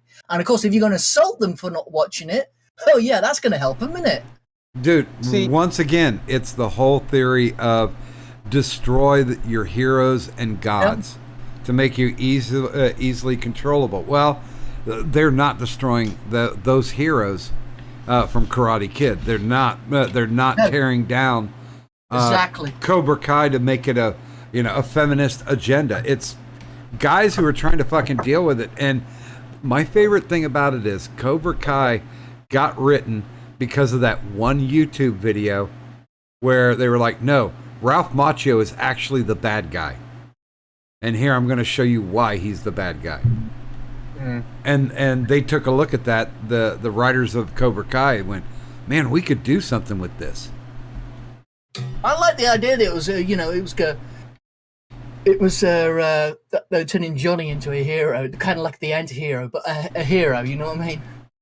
Nonetheless, Johnny was human, yeah, he was human. He's flawed like everyone else. and that's the thing. Like we were talking And about he was- She-Hulk. She-Hulk's like, anything Hulk can do, I can do better. And I'm like, are you fucking kidding me? When they did that advert, I always wanted to redo that advert, that trailer, and put the music in the background. That song, anything I can do better. I wanted to do that, because that's what it looked like. Like you said, I expected to hear that music in the background. Anything you can do, I can do better. That sort of thing. Oh yeah, I was in the musical Annie Get Your Gun. You can do I can And do that's- better than you. As soon as they threw the rock, Yeah. and then she throws it farther, and it's like, huh? It's Then the clap went, immediately. And then the clap. Yeah, you're telling me. That was bad. See, That was cringe. I got whiplash. The cringe was so bad. You see, deep into this, there is a character that can be done, because let's say, like, if she wasn't as strong, that means that she has to work like even harder to be respected. yeah. And there would have been some character growth in all of that. There could have been a good story, and people would have looked at you as like, oh, the Hulk, I saw him. He was able to toss a car, on the other side of the city. This is the thing. In the cartoons, the original cartoon comics, she did have to work at it. Well, and she she was. She had the brains, but she had nowhere near the brawn as the Hulk.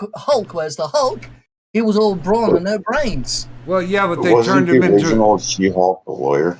But Yes. she still is. But Yeah. since they turned Banner into Professor Hulk, he's totally he's totally pussified. The thing is, in the cartoons, when he gained in the comics, he did gain control. Banner did gain control of his mind of the Hulk, but he didn't nowhere near turn into the pussy that is in the Ruffalo. In the League of Extraordinary Gentlemen, I think they played a fucking big old deal on the Hulk and Dr. Jekyll, Mr. Hyde. Yeah, Well, and here's the thing, like Titania, she kicked the She-Hulk's ass. Yeah. And Titania wouldn't stand a fucking chance against the Hulk. no.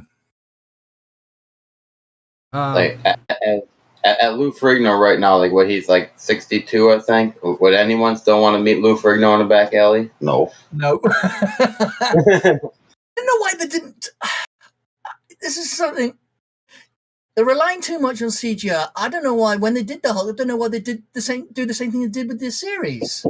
Great big massive bodybuilder to do the Hulk. Yep.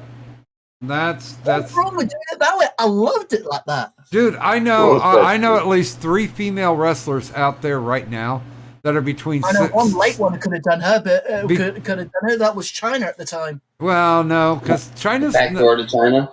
no. She's been gone for a while. China's. I know that. I know Okay, that, but hold at on, the time, hold on. Don't overtalk. sorry. China was not that tall. She was maybe 6'1", I think.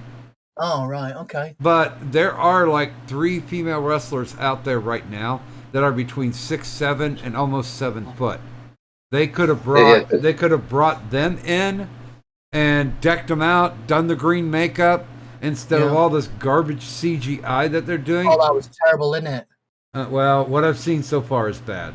It's very, very bad. There's some girls that are that like fight in the UFC and then also do like professional wrestling on the side. Same deal, like Yeah. Xena, the Warrior Princess, right? Like some of these girls now, like I mean, they're tanks. They're tanks. Well, but that's the thing. They made really bad choices. They should have gone with somebody who can do the She-Hulk parts. If they need to overdub the voice of the girl who plays Jessica Walters, fine. Who cares? But sometimes the old tricks are the best tricks. That's fine. Exactly. Couldn't agree more. on B movies, we all like watching B movies. Like we know it's it's fake or this or that, but it's just still like, oh, that's cool stuff. Yeah, they're relying too much on CGI, and you wonder why it cost, and it costs absolute fortune to do, and then wonder why they don't make the money. Well, and the CGI fucking sucks. They don't care. Samaji already brought up the point that they're starting to burn out all these artists. Yeah, overworking them. Yeah. I just watched that Prey movie. The new Predator. Yeah, the new Predator movie, Prey. God. And I think the CGI looked... That movie was cool. It was cool, but I think the CGI, they skimped a lot. They could have done better. Well, I got that loaded, so I haven't watched it yet. So don't say anything about it. No spoilers. No, I'm not gonna. I wouldn't spoil. But like, so I watched a podcast, and they were talking. It was directors and stuff. One of the biggest fucking movies that cost so much money in CGI was the one Superman movie, where the guy was also like filming another movie. So like he grew a mustache and everything, and they had to like edit all the scenes, and it cost like $5 million or something like that. No, it didn't cost $5 million, but it did cost hundreds of thousands of dollars for those. Yeah, it's a lot of money for those two for scenes. For those two fucking scenes. Yeah, for 2 scenes. Yeah, it's crazy. So what was it? I heard about the new Catwoman. The new Batwoman movie. Yeah. Supposedly they quit. Batwoman, yeah, they cancelled it. Apparently it was that bad. Apparently it was that bad that they wasn't going to air it. I heard they blew the budget on crashing cars. It was the and get Michael Keaton in it as well. He had a role in it. Well, I mean, technically it was Batgirl, not like the Batwoman series. Yeah, Batgirl. Sorry, yes, Yeah. Batgirl. Okay. Yeah, they cancelled it before they weren't going to release it. And what's his name? Zaslav has also, he's seriously considering tanking the whole fucking Flash movie. Just saying, fuck it, put it on the shelf. Yeah, because of him. Because Ezra's a douchebag. Ezra, yeah, I wasn't going to say his name because he doesn't deserve to be mentioned because he's a sack of shit. No, he does, because did you know that he tried to start a cult in Norway out of an Airbnb? I know all the stories. Yeah, I've heard the stories. See, that's fucking funny. He's a sack of This shit. is news to me. Yeah, but it's fucking funny though. It's funny, yes, but he's a sack of shit. Well, yeah. Yeah. I mean, holy shit! I watched that footage where the cops in Hawaii came and arrested him, and the first thing he yelled was, "I'm a transgender. I refuse to let a male search me." Yeah. And the cop was like, "Well, that's too bad." Yeah. I identify as an officer, so That's funny. Yeah, I mean, any other country in the country that would have got the baton out and slapped something across his legs. and the thing that kills me is, I don't know if you guys ever watched the Swamp Thing, the new Swamp Thing that came out and got a season. No. That I heard that was good, and then they cancelled it. it was awesome. It was excellent. It was beautifully done. There was respect done to the characters. I mean, that was the problem. That's why it was cancelled. and honestly, it didn't have a bad drop off like fucking WandaVision and Loki did. Oh. What streaming service was that on, Swamp Thing? Shit. I don't remember because I pulled it off Pirate. I think it was Netflix at the time, but it's not on there anymore. I think it was Netflix to start with when it was. Find it. I don't think it's on there anymore. so on like some shitty B movies, like how many times have you watched The Toxic Avenger? Oh god. I watched the cartoon. Oh, dude, I had Lloyd Kaufman do a cameo in the movie that I made. Awesome. And the what was it? Attack of the Killer Tomatoes or something like tomatoes. Well, Attack 2 had George Clooney in it. By the way, Yeah, George Clooney. Yeah, that's the one. by the way, IMDb Hey, Cal Swimming. rated Swamp Thing, the new series, as a 7.5 out of 10, and on Rotten Tomatoes it was 92%.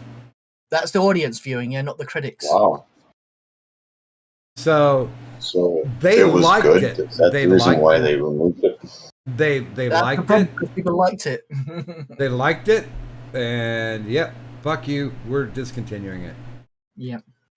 Um, I'm surprised they didn't do anything for. Didn't do try and do the same thing with their Cobra Kai, but I think it's probably because it's probably See, separate I from that wasn't a lot. fan of that at all. I could not Cobra get into it. Kai, I watched I 2 could not get into episodes. it. It was pretty much shit. How did you guys feel about the oh fucking oh god, I can't think of it. Cowboy Bebop. How did you feel about the live action Cowboy Bebop I compared to didn't. I didn't bother. I didn't bother. Didn't Yeah. nobody, I didn't bother either. I rather watch the cartoon.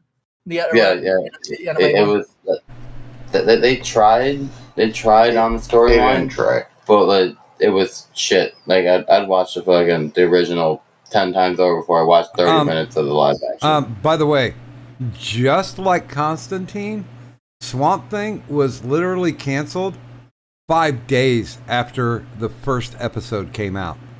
Constantine was canceled after the second episode.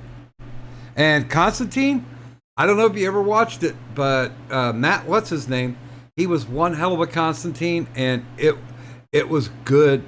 It was NBC who did it, and that guy Matt Ryan. That's what his name is. Matt Ryan has voiced Constantine for the past 6 years in any DC animated stuff. So I'm glad that they let geeks in to do it. I don't know. Well, they're doing a new Constantine series, but it's Joanna Constantine. It's gonna be. They're doing it from the wife's perspective. No, Joanna Constantine was one of his ancestors. Outside looking in. Back in the Victorian era. And Right. and apparently what they're going to do is, instead of having a male Constantine, they're going to have a modern day female Constantine. That's Fucking gender bending shit. yeah, it's gonna be crappy then. Yeah, I mean, It's gonna be crap. Already, I can tell just by when you said that when the gender swap, it's gonna be crap. You know. Dude, when they first introduced Constantine in Swamp Thing, I'm like, oh, this guy's a total asshole, but I like him. And The honest asshole. And I think Matt Ryan captured that great. I mean, I will even give back pats to Keanu Reeves for trying. Mr. Six, how many people did it take to cancel a comedian? One. Oh, 52. Wasn't it? I was talking about the article. Yes. Yeah, the bus. Yeah. Yeah. They were 50, like, this is 52 bus people signed a petition to cancel an appearance of Roy Shelby Brown out of a city of 52,000. From who? Sorry. Was this an English comedian named Roy Shelby Brown? He's one of those insult comedians, Yeah. shock horror comedians, and he was due to do a live stage performance in Morecambe, and 52 people managed to get that show cancelled out of a city of 52,000, over 52,000. Dude, the UK is fucked and overrun. Yeah, we've been invaded. Well, Dude, Sixer and I were rolling. Okay, You're being invaded now, but how many fucking countries has the UK invaded? It's been happening for decades. This has, Dude. all the border crossings. Sixer, how long has London had a Muslim mayor? Oh, too long. That's the problem. 18, 20 years? Something like Yeah. that? They, Get No, that guy out. he's had two terms. He's had 2 terms yeah. so far. He will be going for a 3rd term. He was there for 1 month, and that was, or 1 term, and that was too long. Gets Yeah. to be gone out. Yeah. Yeah. Oh, well, he's in his 2nd term, so he's got a 3rd one coming up. You know he's going to make it a 3rd term because we call London now. We actually call it Londonistan now. We don't call it London. That's true. I mean, It's like we call it Iraq. I did read recently that somebody used the phrase "packy" in public and got arrested? Yeah, unfortunately, we're all very weak. Mind you, I'm quarter Indian, and I get called that when I was at school. But that's at school. I mean, I get bullied at school because of my skin color. Well, fuck. Who's the one guy But who lived in the UK? Hold on. it doesn't bother me anymore now. So Well, who's the guy? There was a guy recently in London this past week. He put up an anti-LGBT meme, and the cops Yes, well, came to his the- house and arrested him. yeah, he got released, and all charges were dropped.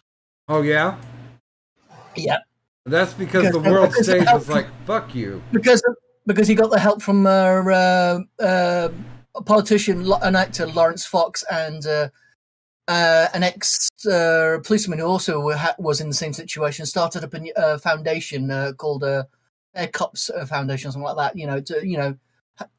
To police the police, so to speak. Well, I didn't see the meme. Do you have the meme, or do you know what it is? No, I don't want to put it up. But what it is, they've got 4 trans flags rearranged, and you see it, and with the it arranged in a way it actually looks like a Swastika. Yeah. yeah. Did you hear about that in Russia, where they arrested over 1,000 people for using a VPN so they could watch YouTube and stuff? That's different, like news media and stuff. Oh, They here, sent the KGB. here, I found it. I'll put it. I'm not surprised by I'll put that. it. I mean, I'll put it in the yeah. general. There. and that's what that guy, the war vet, was getting arrested for. Yeah. Yep. For sharing that, even though the guy who posted it originally was right there. Nope. You know what? I'm Oh, gonna. well, I'm I mean, gonna. this is I'm not gonna. far from the truth, though, is it? I'm going to make a no context tweet of that. There you go. And That's not fair. You're an American. You got all that freedom. Yeah, I know. I'm looking to get spended. I mean, I suppose. I want to say real quick. Now we got a little void here in the conversation. I wanted to say that I like Cobra Kai, but I had to stop watching it because I came to a realization that this is literally a teen drama. Yeah, it is. It could have fit in on the CW. It could fit on anything out there. But then when you think about the original Karate Kid, yeah, that was also kind of a teen drama. I liked it. God. That was the thing. Despite that, it was good. That was the thing that made it good. Well, I think you're right, but I think there's also that was the age bracket at the time. Now that I'm older, I'm like, oh no, I'm too old for this shit. Oh no, Mate, I I'm made 52 when I watch it. Come on. well, fair enough. I'm a grown man who watches cartoons and loves it, but I also I've also got the clip here for the arrest as well. oh yeah. Well, I think everyone's seen it because that was just Yeah.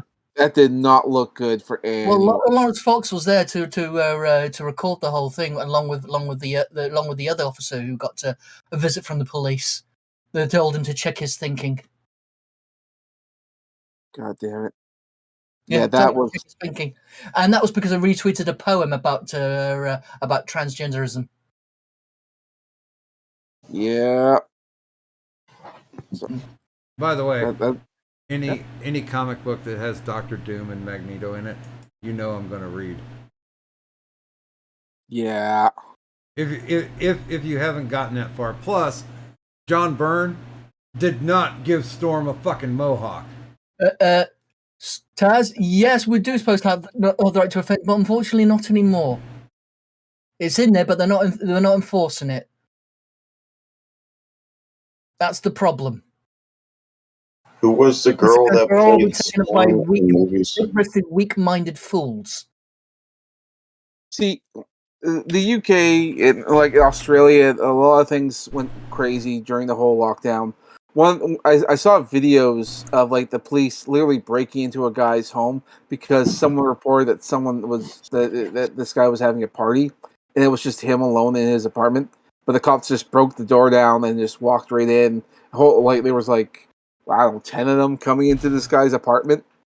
Well, dude, thought- what about the one video that the father took because he refused to take his 6 or 7-year-old son out to get vaccinated?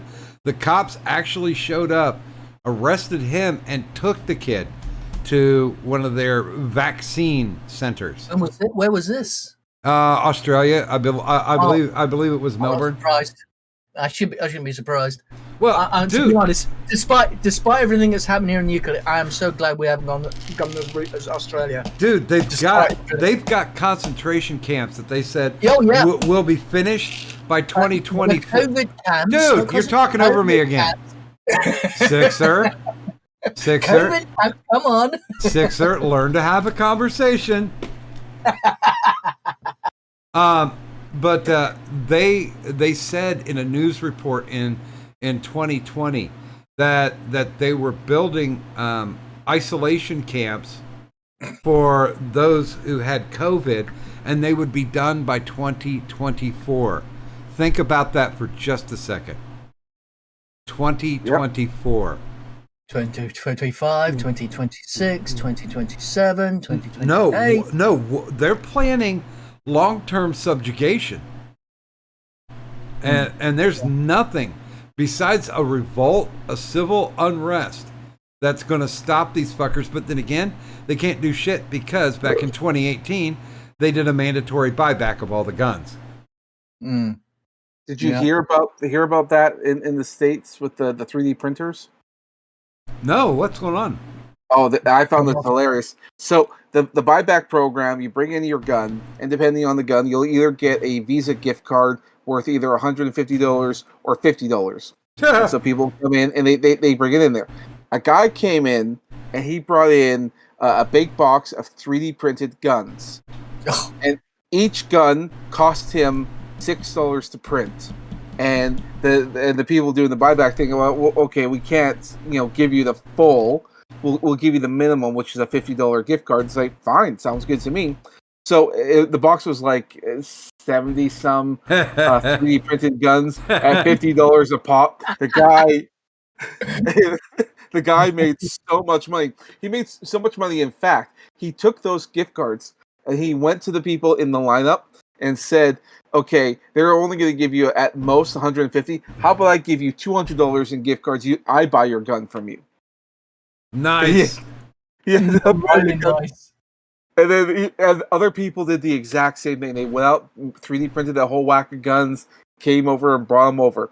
And they actually said, okay, we don't accept 3D printed guns anymore. So go ahead. But look on the bright side. I mean, okay, real guns aren't okay, but you going to take the 3D printers or the 3D printed guns? No? Well then, I guess we have a Yeah, I loophole, got it. don't we? I got How a many point. people to make. So, sorry, go on, Willie. That's awesome. I got a point to make. You remember when they did Cash for Clunkers and they scrapped all those cars and like all the old cars and stuff that could have been saved that got destroyed? The same thing they're doing with the mandatory buybacks. Imagine the old guns that are like antiques.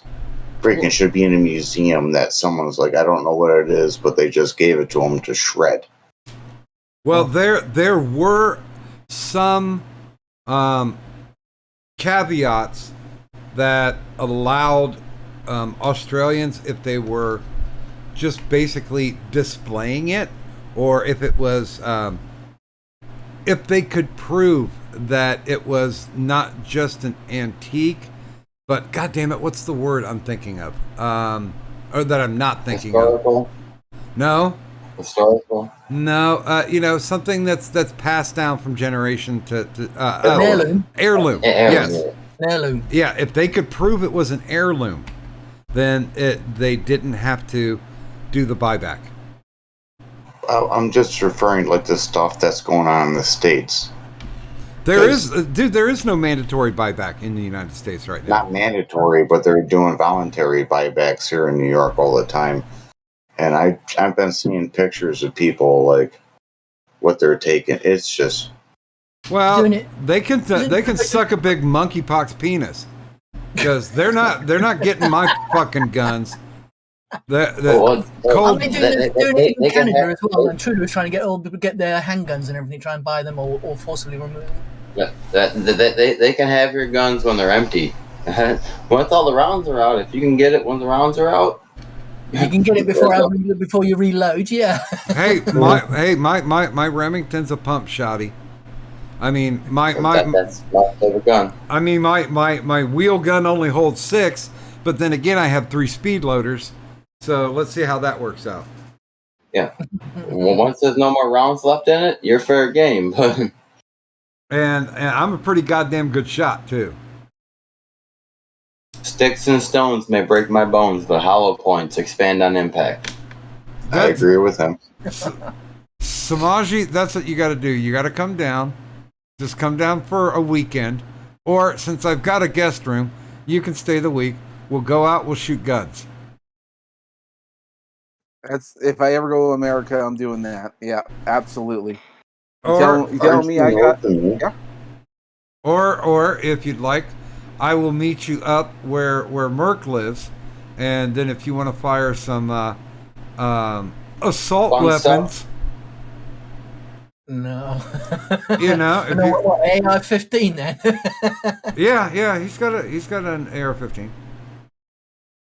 You know what's stupid about It's the got that gun fun program switch. here in The extra What position. was funny with banning assault rifle things? Guys. I've learned a lot about the difference between assault rifles and semi-automatic. So I've learned a lot. So I know the difference. And when they say ban assault rifles and AR-15, if I think about it, is an AR-15 a semi-automatic rifle, hunting rifle? Dude, Why are they calling it assault rifle? dude, technically the definition of semi-automatic is one trigger pull, one bullet. Well, Paul, yeah. Yeah, that's exactly that's what I mean. That's why I said, well, that's a semi-automatic, not a bloody assault rifle. And that's what AR means. Assault rifle. Well, no, that's the name of the brand, isn't it? Armalite, isn't it? Armalite rifles. Yeah. Yep. But I'm a Brit, and I know the difference. Yeah, I mean, it's kind of funny because I went through Citizens Police Academy around here, and we got to go to the policeman's gun range, and so we were, popping off shots. They had like standard issue Smith and Wesson Glocks, or Smith and Wessons or Glocks. They were 9mm. But the cop came up and said, and this is what our SWAT team uses. And back then it was an M16. Lovely. And he's like, so is there anybody who'd like to fire the? And I'm like, me, I'll fire the M16.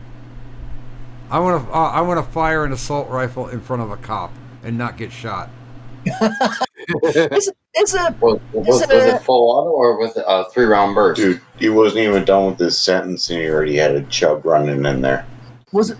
I was about to ask with the M16. Is that selective firing? But yeah, you just answered it. So yeah. Yeah. Both semi-automatic and automatic. Yeah. Although he had it set for 3-round bursts. Nice. Now that is an assault rifle because it has 3 settings, doesn't it? Yeah. That's what assault rifle is. It has 3 settings. Basic trigger pull, then you get the short burst, and then fully auto, and then empty the clip. Yeah. Yeah. But that was fun. That was Well, fun. See, I know what it is. I mean, I've fired quite a few guns. The bad thing is Merc sold his 50 cal. That sucks. Now I've used the 50 cal sniper's rifle before. Which one's that? What's the name? Make? It's an anti-material rifle. Anti-material. Oh right, yes. Okay, I know what that one is. Thank you, Fallout 4. But it was funny. We went down. It was an outdoor gun expo, which you could pay for the bullets, and you were allowed to fire the weapon. It was like $5 for one of the to fire to fire the 50 cal, but it only cost me $20 to fire a quad 50. That was a lot of fun. Is that another 50 cal? Let me get Was you. that like some anti-air shit? Yeah, that's like Navy guns. That was a Navy gun. All right, okay. Let me just get you a picture of it. It's a Navy gun. I don't know. We'll Well, see. Duder had it on the back of a half track. That's the guy's house you want to go to when stuff goes wrong. Oh, it was down in Kentucky, man. The cool thing about it is with the 50 cal, they'd set up a watermelon 100 yards away. And I didn't shoot it dead on, but I did blow the side of it off. So I felt. You just gotta kind of. I got a video that Will was there for. The biggest gun I own is a 300 Win Mag, and I shot a watermelon at 100 yards, and it eviscerated that fucking thing. So, yep, that's a good round. Oh, yeah, it's fun. It's fun as fuck. It was the poof.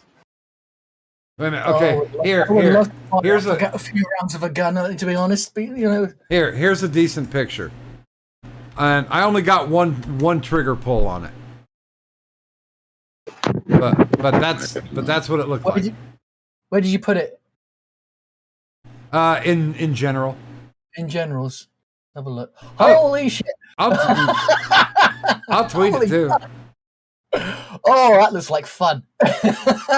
Well, it was funny because he was like, I wanted to bring my, because he had an Abrams tank too. Yeah, they mounted on the top of a half track. But I mean, that's cool. Well, he was like, I wanted to bring my Abrams, but the shells would have been way too expensive. I didn't know what I could charge for it.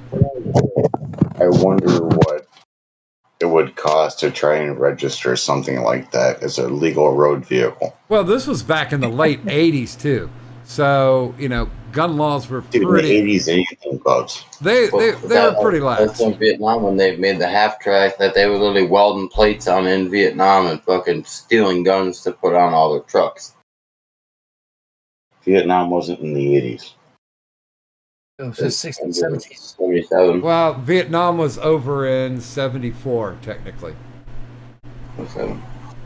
It went from... We had people in there starting back in 1966. We had quote-unquote advisors. But... I thought that was just CIA talk for CIA. No, they had Green Berets over there. They had Green Berets, they had Black Berets. So...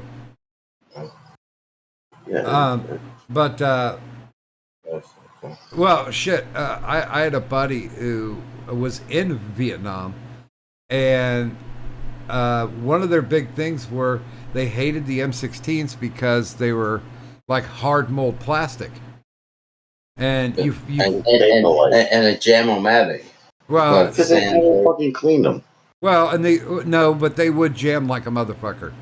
If they ever found AKs from the opposite side, that's the first thing they would do is take those.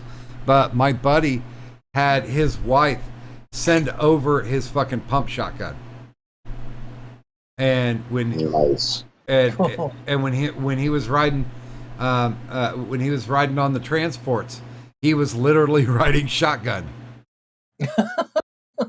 Well, in World War II, Germany tried to say that it was against the Geneva Convention and stuff. Like it was a war crime to use fucking shotguns at the trench guns. And even though fucking Germany was fucking mustard gassing and fucking poisoning everybody, they hated fucking the Americans with the fucking trench shotguns, just removing limbs. Well, then Listen, I'm gonna have to drop out because I gotta get things sorted out because I got work tonight. You guys, you take care. Thanks for having me on. Hey, Sixer, thanks for stopping by. No problems. Thanks. It's been a blast. Hope to do it again.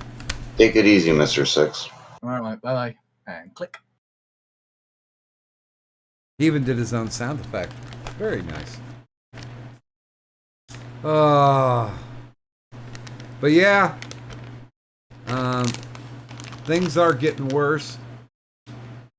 I mean, we're when now major media is starting to question the administration, shit has gone completely sideways. But then again, I bought enough popcorn to last me through the Biden administration, but he's just He's just a sad old man now. And I've never seen anybody. I mean, granted, I didn't start voting until the 80s, but I have never seen anybody in this position of power destroy the That's country. incompetent. Destroy the country so quickly. It's almost like it's on purpose. You can't blame malice. It's either stupidity or just evil. Dude, Biden's not in control. I don't think I don't think he ever was. So we all watched Anchorman, right? With Ron Burgundy, he'll read anything on the teleprompter. That's basically what Biden is. It's like, if it comes up on the screen, he's gonna say it. Well, and they've already done the whole thing where, when Biden was on the campaign trail, barely. When he was on the campaign trail, they'd have to pill him up to do his appearances. No shit. Yeah, he's fucking 73 years old or something like that. No, he's older than that. 77? He's fucking old as fuck. Yeah, he's almost 80. I think he's 77, 78. Yeah, he's just under 80. Like, there's no that dude when he was fucking a couple years ago when he was talking about corn pop, I was like, this dude's off his fucking meds. Well, and ever since then, I'm like, what the fuck is this shit? Well, the election was stolen. Oh wait, he's 79. He's 79? He's 79? Yeah, Yep. he's what's up? How many brain aneurysms did he have? What's up? On Trump, he's fucking old shit too. Biden had two. Biden had two brain aneurysms and brain surgery. So he's got stents in his fucking head. Yep.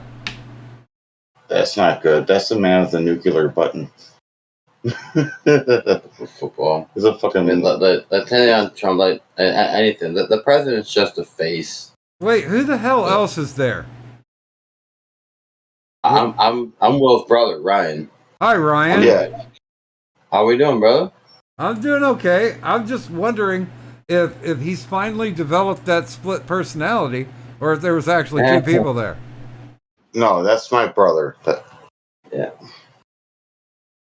Yeah, I guess he's okay for a white guy. Yeah, I guess you're okay for a white guy as well. Well, that's cool. He gets a pass. Well, technically, I'm a mostly white guy. I've talked to you before on Battlefield and everything else. So. No, not Battlefield. It's Doc? Yeah, that's a different Doc. Oh, sorry, Will. Oh no, I don't game. Although I don't game either. Although I will be starting a Twitch channel just to irritate people. I'm gonna play very old turn-based games from Sega Genesis. So I have an Atari 2600 downstairs that's hooked up right now. So I have a bunch of I have like 6 game systems I have hooked up. What was that fucking racing game? Ferrari G or F1 or something? Oh no, it's not gonna be anything as dynamic as that. I'm probably gonna play Master of Monsters and Romance of the Three Kingdoms. They're all turn-based. How about some Turok? Or Stratego? No, I'm staying with Sega. Yeah, we can't argue with that. Yeah, and then have your drink, smoke some weed, have a good time. He does his thing. Well, if I drop acid, I'm definitely gonna play Toe Jam and Earl. Oh, that'd be fucking. I haven't fucking heard of that game in a while. So we just came back from Chicago. We were gone for a week. So I was driving, and I had Will in the front seat, and my niece and her baby in the car. But so I was like, I'm driving, I'm playing my music. So like, it was Mr. Bungle, it was Tool, it was some crazy, some trippy shit. We're trying to get tickets to go see Pussifer in November. Pussifer, oh nice. Yeah, they're gonna be close. They're like an hour away. I'm like, let's go to Cincinnati and see Pussifer. Yeah, I just went and seen Big Gigantic, and some other people. Like, it was like a last minute deal. My buddy said he had an extra ticket, but that was fucking crazy. That's fucking. I mean, the girls were wearing literally nothing. I don't know what I did. This girl just like stuffed something in my face. I was like, "Hey, you're hot." Oh, dude, Okay, just let you know about my brother. You feed him beers, he will have a good time. I bought tickets to go see Megadeth and Lamb of God. And, Dude. and then my whole foot thing happened, so I had to give the tickets away because there's no fucking way I could go into an arena with a fucking knee scooter. So our first concert that we ever seen together was it was Disturbed, Megadeth, Godsmack, In Flames, and Trivium. Yeah, that was our and first. Disturbed. Yeah, that was our first Disturbed, concert we ever seen Godsmack, together. In Flames, Megadeth. We went and we seen Lamb of God and Slayer. It was their last American tour. We were literally walking, and we showed up late after work, but we were literally walking into the show as Walk With Me in Hell was going on from fucking Lamb of God. And there was people getting carried out, broken. There was a lot of ambulances. Well, I honestly really wanted to go see Rammstein. They're going to be the closest they're going to be is Philadelphia, or well Pittsburgh. No, they're going to be in Pittsburgh, and We can try that. It's 4.5 hours. We can make that. that's and tickets. The cheap ones are was it 146? Yeesh. Yeah, but then again, it's fucking Rammstein, and Oh, yeah, yeah. Du hast mich. and they say it's going to be their last tour because they're pretty sick and tired of each other now. Oh, yeah, for sure. I They've mean, been doing it for fucking, 35 years? Yeah. I'd say like 25. It's been over 30 years? Yeah. Yeah, they formed in the 80s. Yeah. Oh, shit. Yeah, they've been going for a minute. Yeah. Yeah, But dude, that'll be a good one to see. Dude, Doc, if you can go to that one, that'll be a good one to fucking. Because we met up with Roots, it'd be cool to meet up with you. well, I see you could have gone to the to the Tonka fight and seen me playing doing cosplay. Where are you at? No, when Tonka did the fight. Oh, I'm sorry, I'm wrong. Okay. It's they formed in '94. I thought they formed in like '88 or '89. That was 2. I was done graduated from everything, so. But when they did the Tonka fight that didn't happen, I went down dressed as Mr. Medicare, and got to meet some really cool people. Got to meet Buzz the Hive, and Stalvin, and Solid Forge? yeah. Cool. Are you in Atmosphere, Sage Francis, or anything like that? Huh? Are you in like Atmosphere, like rap, like early '90s rap? No, he's not. I mean, I pretty much listen to everything. I'll give anything a roll. Fucking Bear Dog was like, well, then you have to listen to BTS. And I'm like, wait a minute, isn't that K-pop? And she's like, yeah. I'm like, all right, I'll fucking listen. Well, I'd put Atmosphere in your list of things to listen to. Like, Okay. God Loves Ugly and Trying to Find a Balance of like It's pretty some really good. good songs. I tell you, the one band that I saw live that freaked me out the most was a band called Genitorturers. Can And you say that again? Genital Tortures. Yeah, Genitorturers. Janitor. I'm interested and aroused. And they actually did body piercings on stage. Nice. I'm talking about like cock, Oh yeah. clit. Like Prince Albert's? Oh yeah, I would imagine. Yeah. Dude, somebody got their asshole pierced. That's hardcore. That's like some G.G. Allen shit. He wants to fucking. He wants to split his turds. Oh my god. Um, That's fucked up. G.G. Allen was a junkie. Plain and And simple. he was so, fucking shot. Oh, so he shot heroin. let's see if I can find a picture of him. Or G.G. Allen. No, He was Oh, fun. I got a bunch of pictures of G.G. Allen. He used to like throwing his poop at people on freaking stage. It was fucking messed up. there's a picture of Jenna torturers. Alright. Wally. Okay, I'm heading out. Bye bye. Take it easy, Ryan. Thanks for stopping by, Ryan.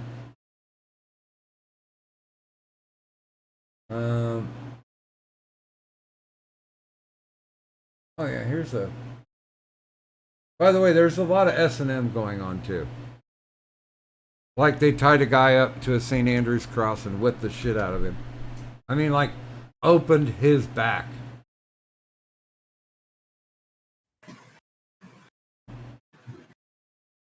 Oh, here's a nice picture too. Wait, are you talking about the people dressed in leather? The ones I just posted.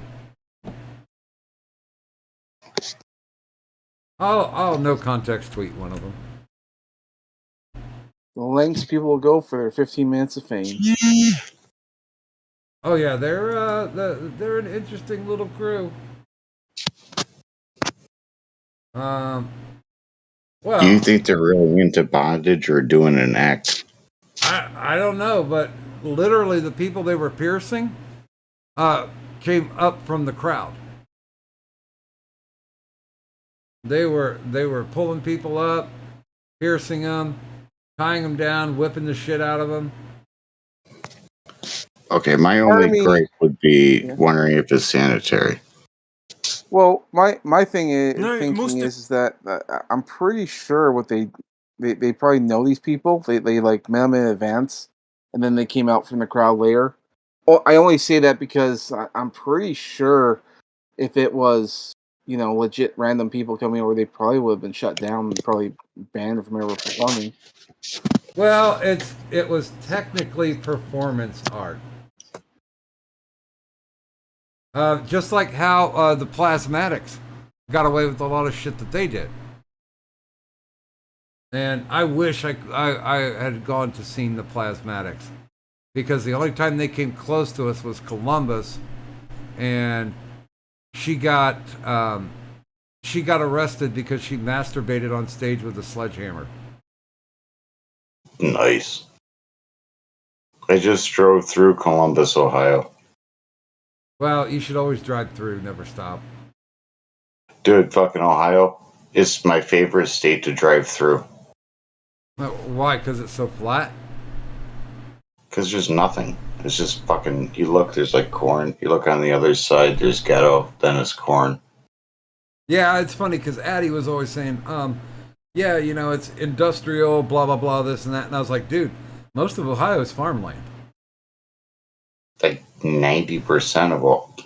I've seen a ton of those fucking windmills and shit. I mean, we do have two of the best amusement parks. I mean, Cedar Point's the shit. It has more roller coasters than any other park.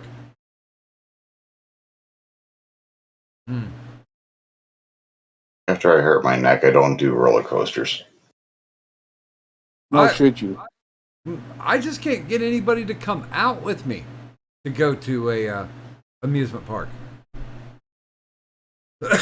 So, fuck them. One thing, I do like those, what's the ones you stand up in and they strap you in and it's like the zero gravity, it spins the shit out of you.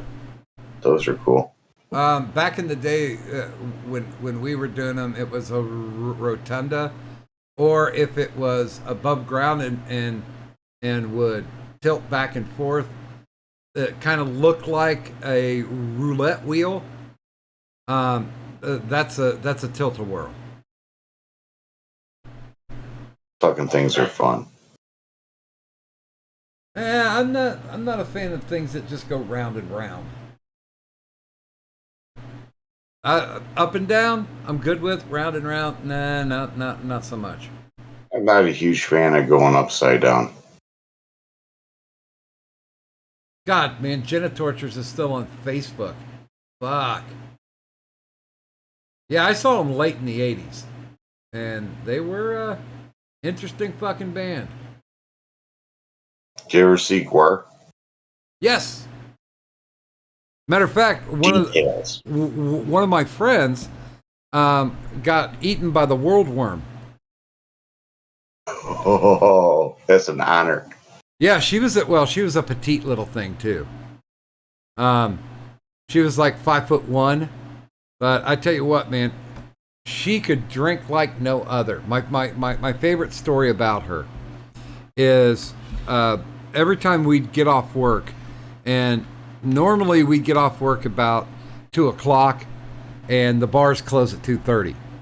So we'd get in there and drink as much as we could before the bar closed.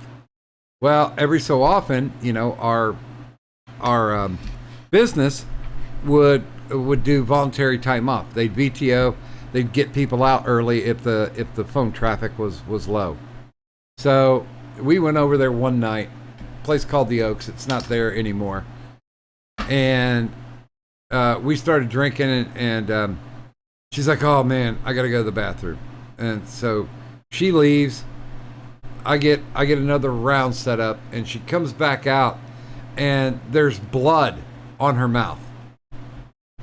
And I'm like, "Meek, you're bleeding?" She's like, "Oh yeah, I just threw up a little blood. No big deal." And I'm like, "Are you really sure you should be drinking at this point?" She picked up the shot glass, looked at me, and went, "You fucking pussy," and downed it. This little petite thing. Sounds like someone needs to be on the suicide watch. Well, we found out later she had an advanced case of Crohn's. So, I mean, she's still around. I mean, she's not hanging and banging like she was. 15 years ago. Well, no, almost 20 years ago. But yeah, she was my drinking buddy. But she would invariably do shit like she'd walk over to the other side of the bar where some tough-looking guy was sitting, and she'd point over to me and start talking. And I rarely knew what the fuck she was talking about. But I found out from one of the guys. I actually walked over and I was like, "What the fuck is she saying to you?"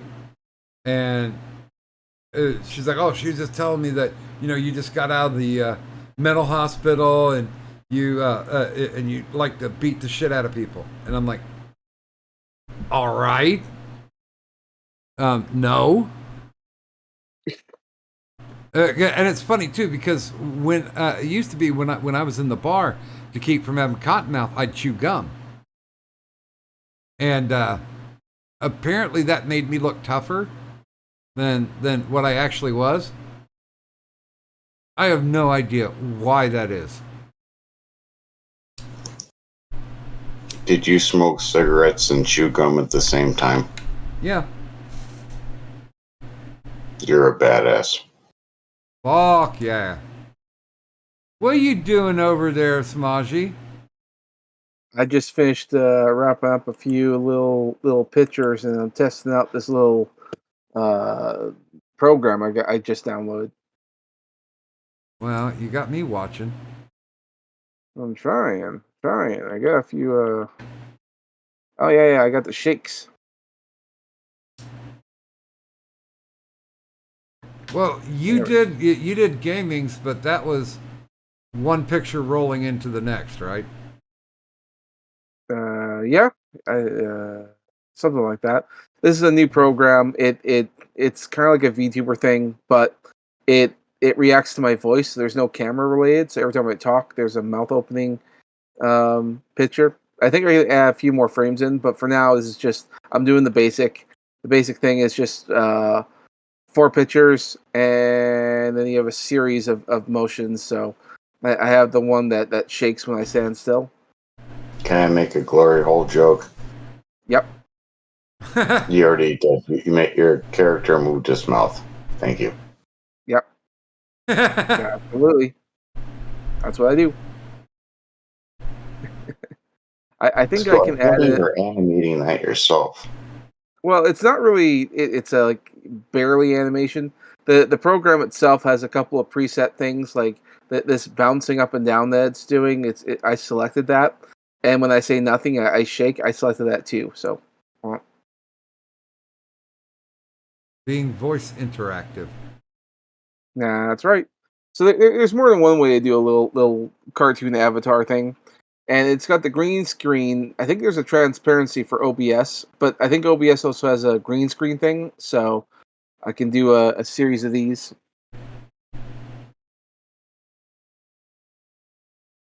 Taking back and forth. You can only do shitty costume work.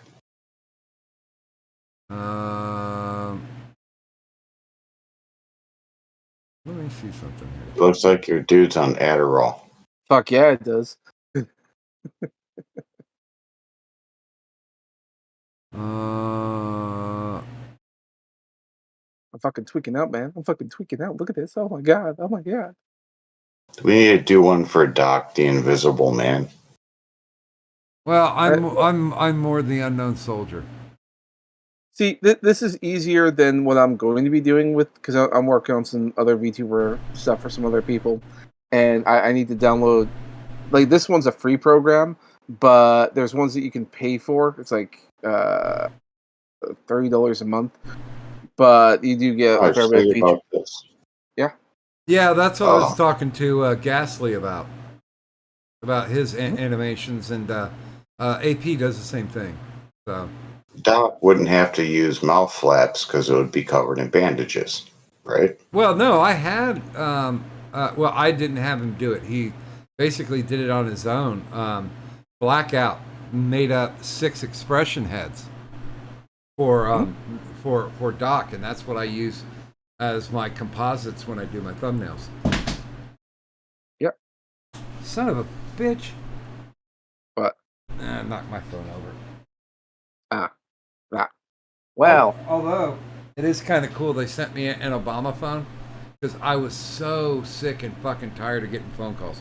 You know, because of your income and your disability status, you qualify for a free Obama phone. You know, and I'm like, I don't want it. So after about 5 or 6 months of them fucking calling me, I'm like, all right, fucking send it. So now I have an extra phone, and I'm gonna take. It's already charged up. I'm gonna just put it in the glove compartment of my car. So just in case anything bad happens. And one of the cool things about this Subaru Legacy that I bought, it actually has a USB port built into it, so I can physically charge it. That's a newer Subaru.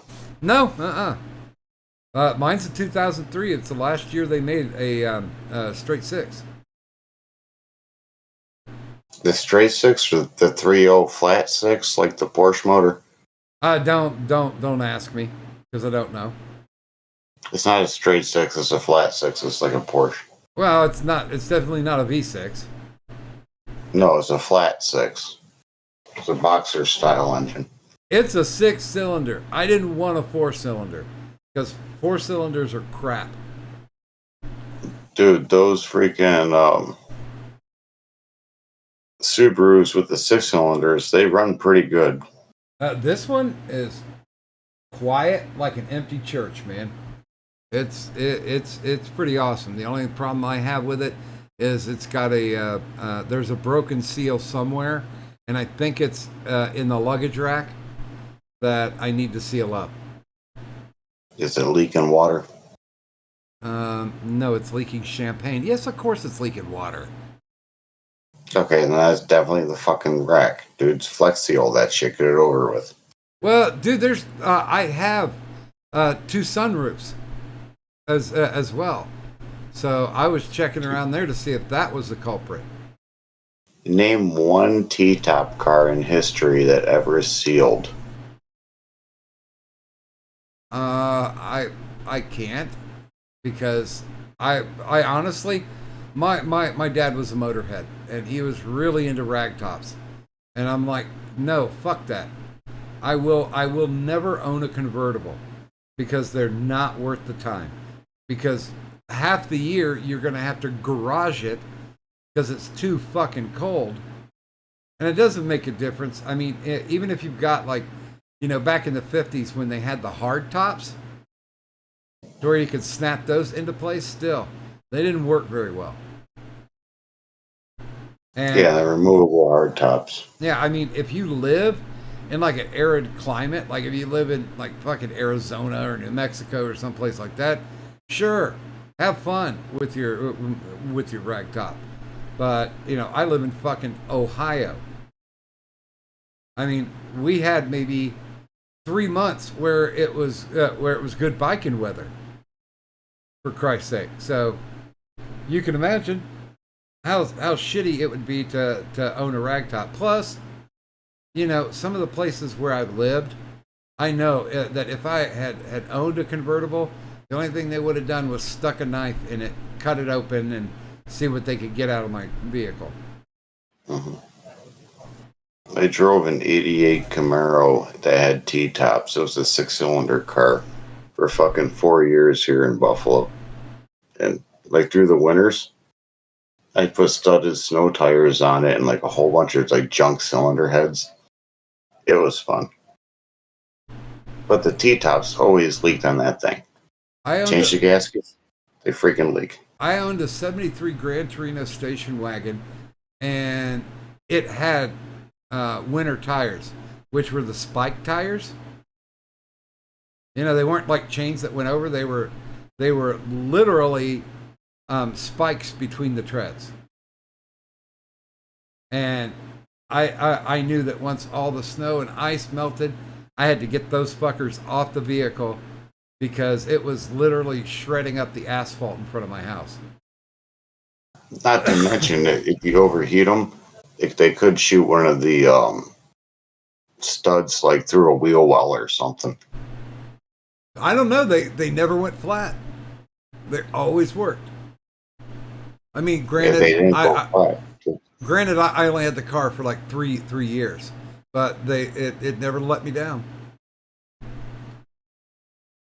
It was a beast through the winter, wasn't it? Oh yeah, it could tear ass. And they told me it had a V8 modified Cleveland in it. Like I think 400. 380 or 400, I forget which. I'm not a car guy. 400 modified? Yeah. And that thing could fucking blow wheels off the start line. And it's funny too, because that thing would rock and roll between 70 and 90, but once you got over 90, it smoothed out. It was just completely, it was a hum. That fucking thing. I got that fucker, I buried the needle on it. And back then, the needle went up to 120. God damn, that was a fun car. I mean, it was a tank too, but it only got like, I think it was like 8 or 10 miles to the gallon. But when you start talking about cars like that, you're not talking about gas mileage. Well, it was my first car too. I bought it for $100. And I miss those days of like buying cars for a couple $100. Oh, dude, I used to do that all the time. I would buy a car, run it into the ground, not on purpose, but I'd run it into the ground, then find somebody who was selling, you know, $200-300 beater, and I'd buy that. I always figured I got my money back as long as it lasted me for 6 months. Although I did buy one, and there was some knocking to it, and I bought it even before I was able to go to the title bureau to change it over. It threw a rod through the hood. And I'm like, oh fuck. Well, I didn't get my money for this one. I think I spent like either $200 or $250 on it. But hey, when you gamble, sometimes you get bit. Yeah. I mean, I bought a Reliant K station wagon, and those things were pieces of shit. But as long as you kept it oiled and watered, mine lasted me a few years. Dude, if they're not leaking oil, there's nothing in it. Well, I mean, fuck. That's what they always said about the Harley. Don't tell me you have a Harley. Yeah. I mean, granted, it wasn't a good one. What was it, Panhead? Oh God, no! It was it was okay. Do you remember when Harley got bought out? I know when they switched the engine design. Yeah, they got bought out by AMF. And I had a 75, which was right smack dab in the middle of AMF's reign. Junk pieces of crap. Let's see if I can find mine. I'll put a picture up if I can find it. That reminds me when Chrysler was doing that fucking thermoquad thing. Oh, there it is.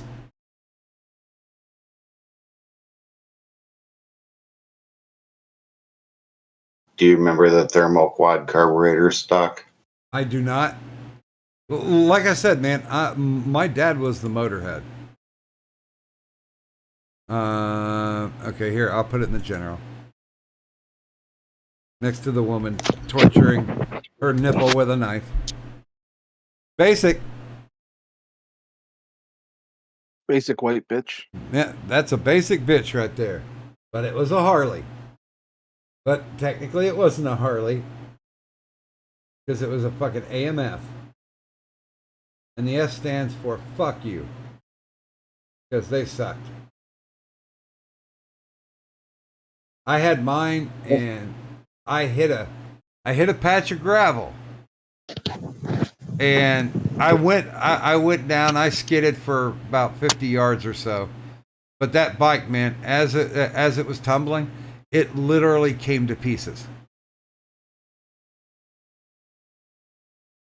I'm more of a Honda fan. If I ever bought a bike again, which because of how bad my leg and balance is, I wouldn't be able to. But if I did, I would buy myself a Goldwing. Those are nice bikes. Yeah, those are good touring bikes too. Yeah, you get on the fucking throughway and just go. Yep. I've always said that, and my buddies have been harassing me. Well, the ones who are left, and I'm like, you niggas, I probably will never ever see a bike again, and I'm not riding bitch. So, if I do get a bike, it's going to end up being a fucking trike.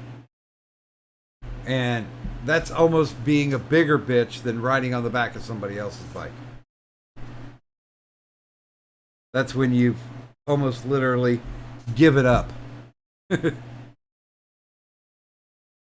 yeah, I mean, it looks like a fucking dirt bike, and it drives pretty much like a dirt bike. I like dirt bikes. I mean, I have fun. I had fun with dirt bikes in my teen years. We used to go out to this one place that we called Suzuki Land. And it was land that the county had bought, and the only thing they did was they put a water tower on it. And there was about 10 or 12 acres. So you just beat the shit out of things on there. Oh yeah, we built ramps and stuff and would jump shit.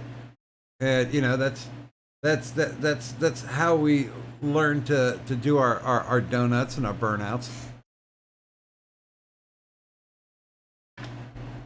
And it's funny too, because anytime the cops would chase us, because back in the day, you couldn't get a license to street legalize a motorbike. So the dirt bikes were never legal, and anytime the cops would chase us, we'd immediately run to Suzuki Land and lose them in there. Yeah, how the hell did they be able to follow you? Oh, they're not, and there's like 20 different ways that you could get off of that property. So, only by luck would they ever be able to catch you, because they're in a car too. Good luck. Well, they don't know where you're coming out at. So, what was that big Suzuki? What was it? The RM4 not the 490. That was a different bike. Wait a minute, Taz. What are you talking about? You want to see Rock Bitch? I have no idea. I have no idea what you're talking about, brother. Well, I'm gonna pop off for a bit. I'm gonna go make a sandwich. Go do your due. Holy crap! It's 4:40 already. I'll see you guys later. All right. Thanks for stopping by, Willie. Samaji, I'm thinking maybe kill this by 5. So maybe about another 20 minutes. Oh, okay. All right, that's more manageable. So like 5, is that like another hour away? Better not be. No, and there's no daylight savings time either. Fuck that. Although it was a group a decade ago, very alternative, had a song called Fist Fuck. Okay. Had a son named Fistfuck? Song. Oh, okay, all right. Well, that's a interesting name for a kid. And she would fist her bassist on stage. All right then. Oh, okay. I mean, to each their own, I suppose. Yeah. I mean, I don't know if they're trying to buck the trend with naming kids, because like I don't know what the celebrity were who named their kid like Apple and Pear or something. Just stupid names, or Michael Jackson and then Blanket. Those are terrible names. But those aren't names. You know she's so rich by the time she gets to, adulthood. I'm pretty sure she's going to change that fucking name.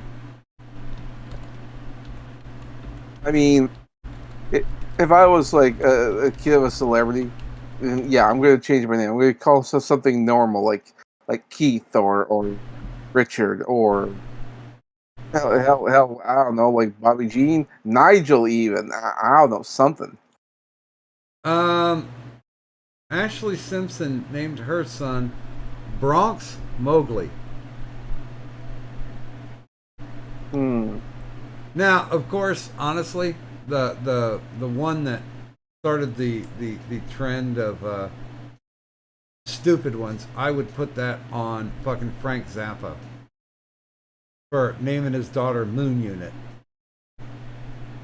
Ugh. And of course, also named his son Dweezil.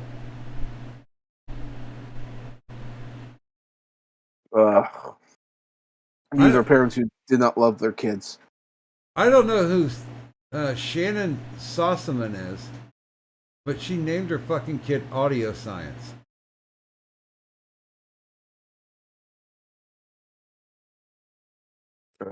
That's horrible. I mean, Elon Musk named his daughter something weird too, but I mean, it's a name that you could, I think you could pronounce as Alex. It's just something with like a weird letter in the middle of it. Jason Lee named his son Pilot Inspector.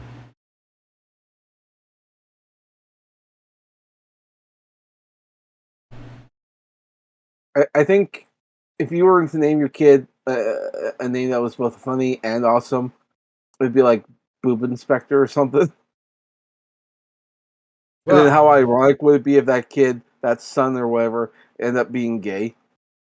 Like he thought it'd be a name that'd be like really catchy and stick with the times, and nah, man, nah. You know, I would probably would have named my kid "Fuck You." Wasn't there a song like a boy named Sue or something that was all about the story about being given an awful name? Oh yeah, that's a Johnny Cash song. Yeah. The song's all about like the son going out and getting revenge on his father for giving him such an awful name, and the father's like, well, I mean, look what came of that. You fucking you're the biggest badass in the room. I mean, yeah, it was an awful name, but look what it did for you. Wait a minute. Frank Zappa named his youngest daughter Diva Muffin. Mm. I mean, if you want to give a child an excuse for patricide, there you go. Your Majesty. It's like he got like super high and drunk and all that stuff at the same time. He was thinking to himself, "What's the term for pregnancy? Oh yeah, you got a bun in the oven. What if it was a muffin? A diva muffin. A diva muffin because your mom is such a bitch." Rachel Griffiths named her son Banjo.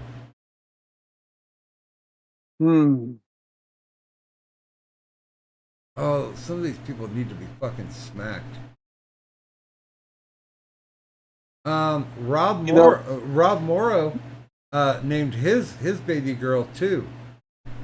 You know, there's something to be said about socialism because in a capitalist society, you have the ability to succeed. You know, you might not be good at anything else, but maybe you sing pretty good. And you can probably, get multi-millions and whatnot. And then we actually hear about you people.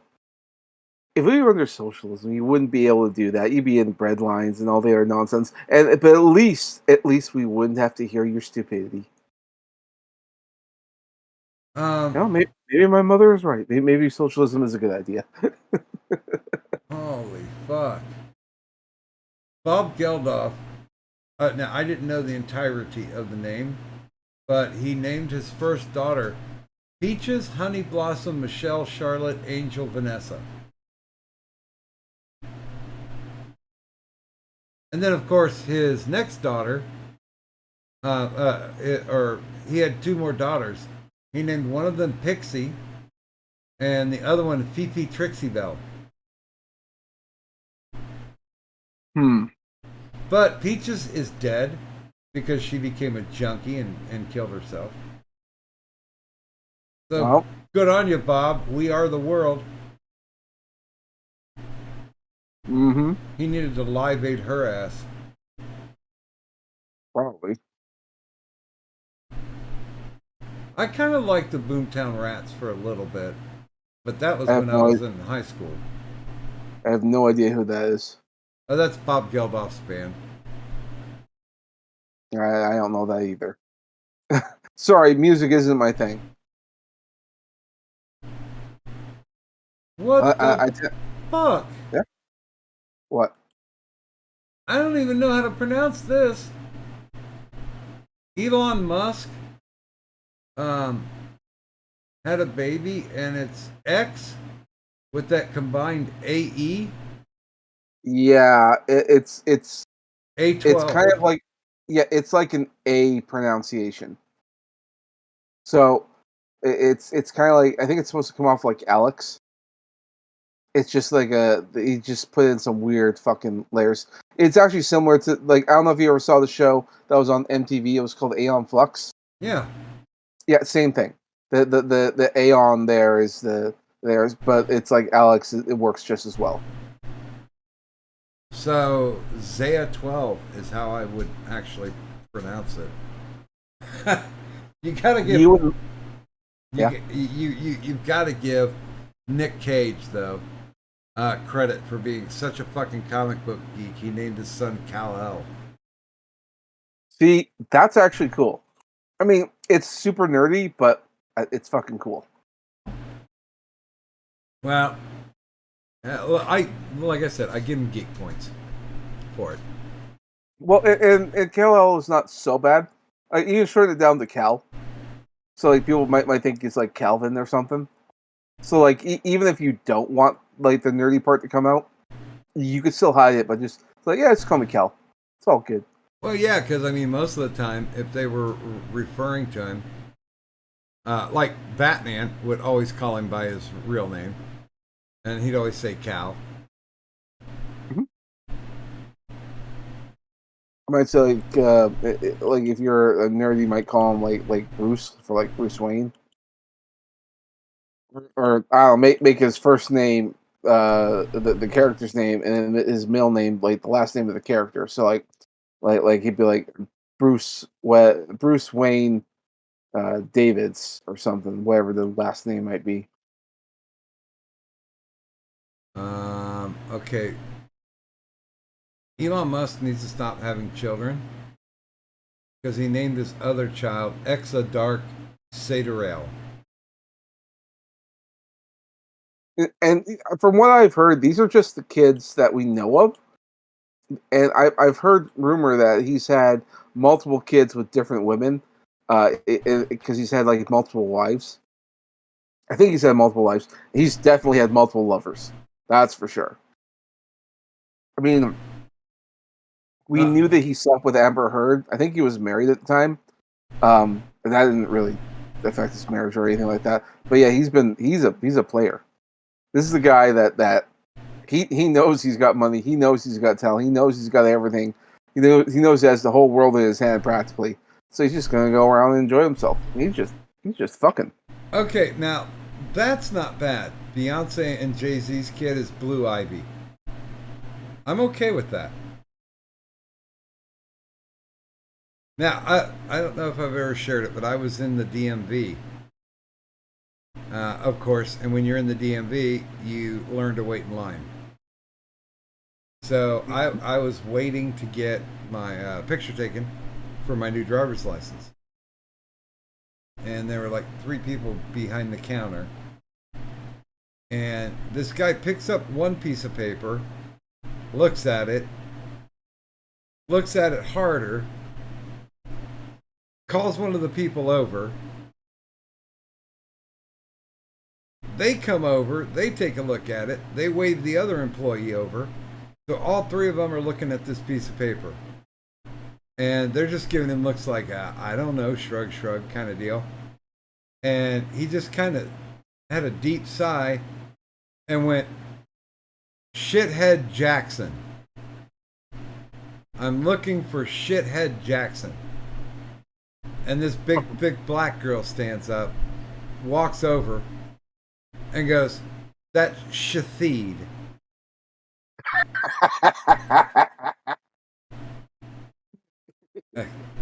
Good God.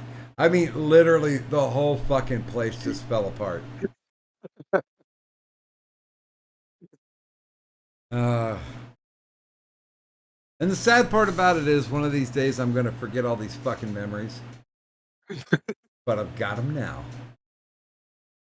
That's where the internet comes in. Just tell the stories, and hopefully it'll stay on there forever. Yeah, I mean, of course, yeah. I was gonna say, yeah, I'll be dead in like 5 years, but 20 years from now, they'll find it. They'll find this shit and goes, "Who is this dumbass?" So You never know. I could be useful once I'm dead. That's fair enough. I mean, Picasso was like, "I don't want to wait till I'm dead to be popular." And I'm like, that's kind of an ironic statement, dude. I mean, he probably didn't think so at the time. Yeah. But yeah. I tell you, still one of my favorite modern expressions paintings. It has to be Dali. Yeah. I love Salvador Dali. Oh, I thought you meant like Dolly Parton. Oh, okay. Because it always looked like he was on acid. Could be. I mean, come on. The persistence of time is amazing. And apparently, my buddy went down to, I think it's in Texas, right there at the Mexico-Texas border. And there is the Salvador Dali Museum. And I don't know, are you familiar with his work at all? I bet. I mean, he's a surrealist. He's also a bit of an eccentric. Well, yeah. I remember. I remember hearing stories about how he would go to a restaurant and he'd have a pet alligator with him on a leash. And he would go to these restaurants and dine and eat. But he was so fucking famous that no one called him out on any of it. It's let him do whatever. And it got even weirder because when it was time, like he'd order these extravagant meals and big things and whatnot, but he would pay with a drawing. He'd just draw a picture right then and there. Oh, he fucking learned that from Picasso. Picasso would draw on a fucking napkin and go, "Here you go." Like I hear that, I'm like, the fucking balls on this guy. What the fuck? So yeah. I just put up a picture. My buddy, when he came back, he had bought me a shot glass. That was one of these elephants. The thing stood like 12 inches. Wow. But there was a shot glass in the middle of the back. And I'm like, I will never use this because I'll break it. That's the idea. That's art for you. It's meant to be looked at, not used. Although you can use it if you want. Yeah, but that's teasing. Yes. Because alcohol is good. Like, I have a coffee mug, and on the side of it, it's been sculpted to look like Cthulhu. Nice. And it's like, this would look good. I could put it on my shelf and never drink out of it. But what's the point? So I drink out of it every day. I have my coffee in the morning, and I have my tea in the evening. And sometimes I'll have a hot chocolate. Oh, dude, the only vanity I have is when I got my nut, I got a special deal from a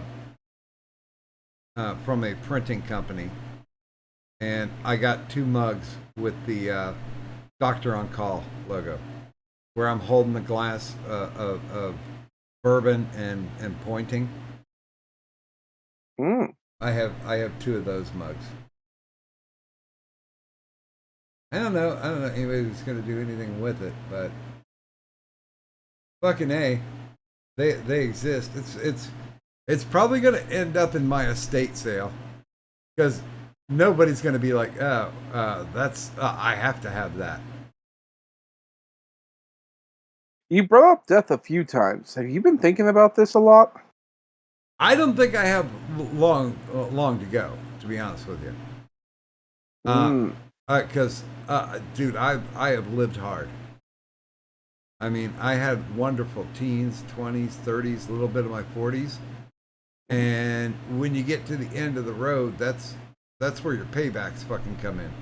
I mean, for God's sakes, I spent almost more time in the hospital last year than I did in my house.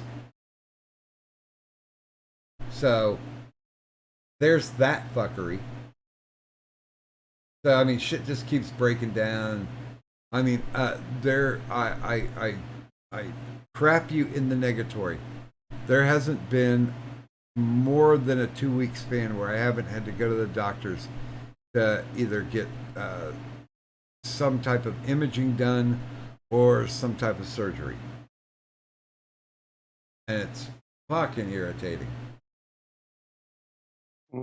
And Okay. you know, the people who live forever or want to live forever, fuck them. I never wanted to be immortal, but I do want to make sure that, you know, when end time is here, that, you know, I go out as gracefully as possible. And you know, if I'll be honest, if I make it past 60, I'll be completely fucking surprised, because that's only a few years from now. See, things. It's hard to say what the future is going to be like. We have some fascinating years ahead of us. With all the stuff going on globally and whatnot. Hopefully, we fight back against all this nonsense and really get things good. But I predict things are going to get way worse before they get better. So Definitely. yeah, like I just came back from an anime convention. I had a blast. It was awesome, and it's rejuvenated a lot of my love for going to conventions and actually having table and meeting people. Because I guess wait, hold on. Yeah. You had a table there? no, not this year. Okay. Mostly because there was too many variables, and there still are. So like, I used to go to conventions all the time. I'd get tables and whatnot. And just before the pandemic hit, I just kind of stopped. I lost interest. And the reason why I lost interest is because I've been going to conventions for 5, 6 years or whatever, having tables, selling stuff. And, I do okay. But I kind of get to the point where I was, there was almost no point in selling anything because because I don't travel outside of my province all that much. Yeah.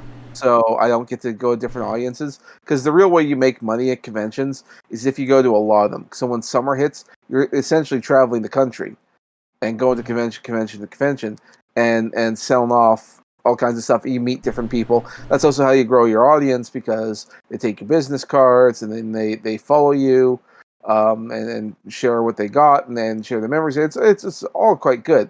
But because I don't travel that much, I get the same people I see all the time, and so if I want to get their attention, I have to make a whole whack of new art. I need to have like a new collection every year, and that gets hard, especially when you're doing like prints of popular stuff.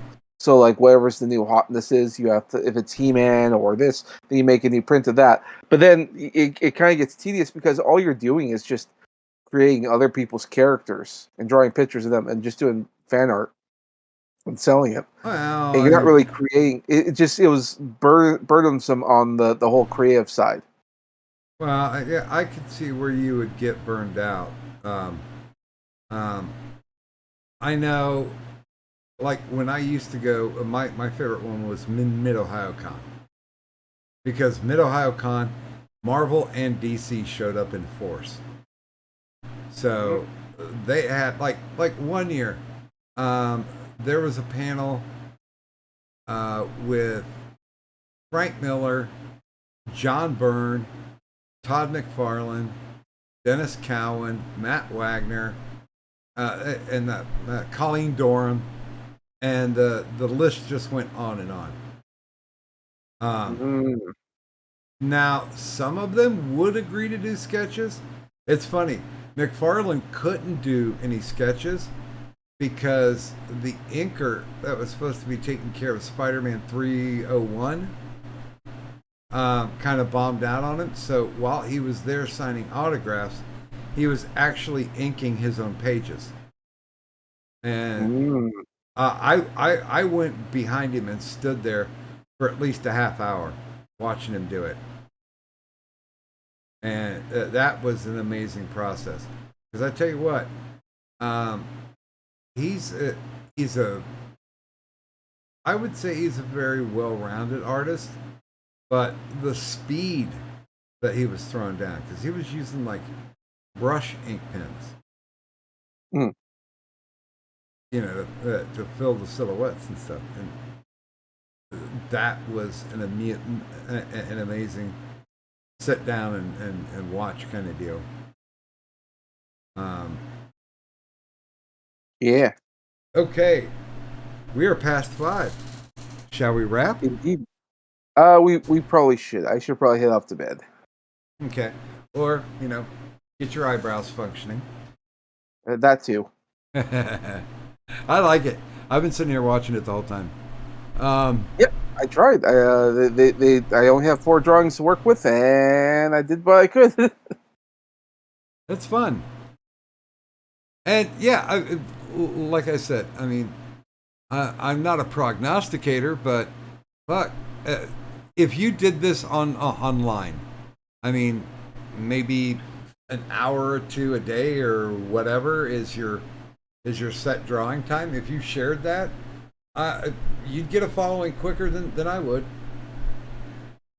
Maybe. You need to understand the VTuber thing because it's blown up in popularity. There is a sea of VTubers out there. Just a see, and I thought, well, I'll be the first gorilla one, and then I looked and went, oh no, there's already a gorilla one. Okay, all right. I'll be the first red gorilla. Oh no, there's already one of those. So, Well, no, it's more about the process of drawing.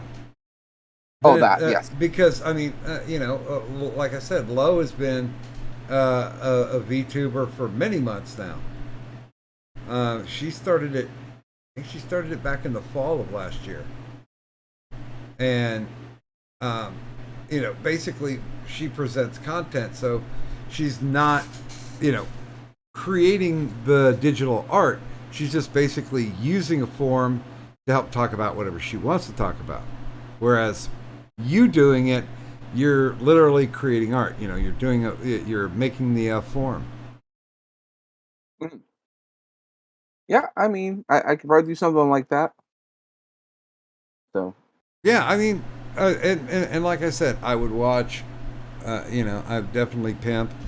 I mean, I pimped the shit out of Optic for the longest time, and then Mhm. apparently he just didn't want to do it anymore. I loved pimping Blackout.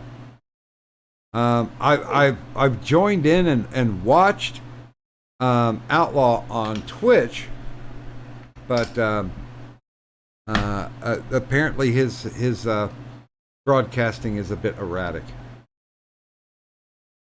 oh, Blackout, yeah. No, I know his is, but so's Outlaw's. See, Outlaw used to stream like pretty much every day, so he was doing a lot. But yeah, I don't know what's going on now. Oh, maybe I'm missing the notifications. I didn't get one for gaming today. Yeah, maybe Twitch is having a problem. And he streamed for like 10 hours. So, I mean, there's no Yeah. excuse for them not to be able to deliver that to me. Fair enough. Okay. Maybe something's going on. Well, is there anything that you would like to shill before we get out of here? Check out Gaming and Yelling weekdays on Twitch. Yay! Yay! So I would have to take a drink of water. I did it the last time I was on, and I don't know if I got it right. So let's try it again.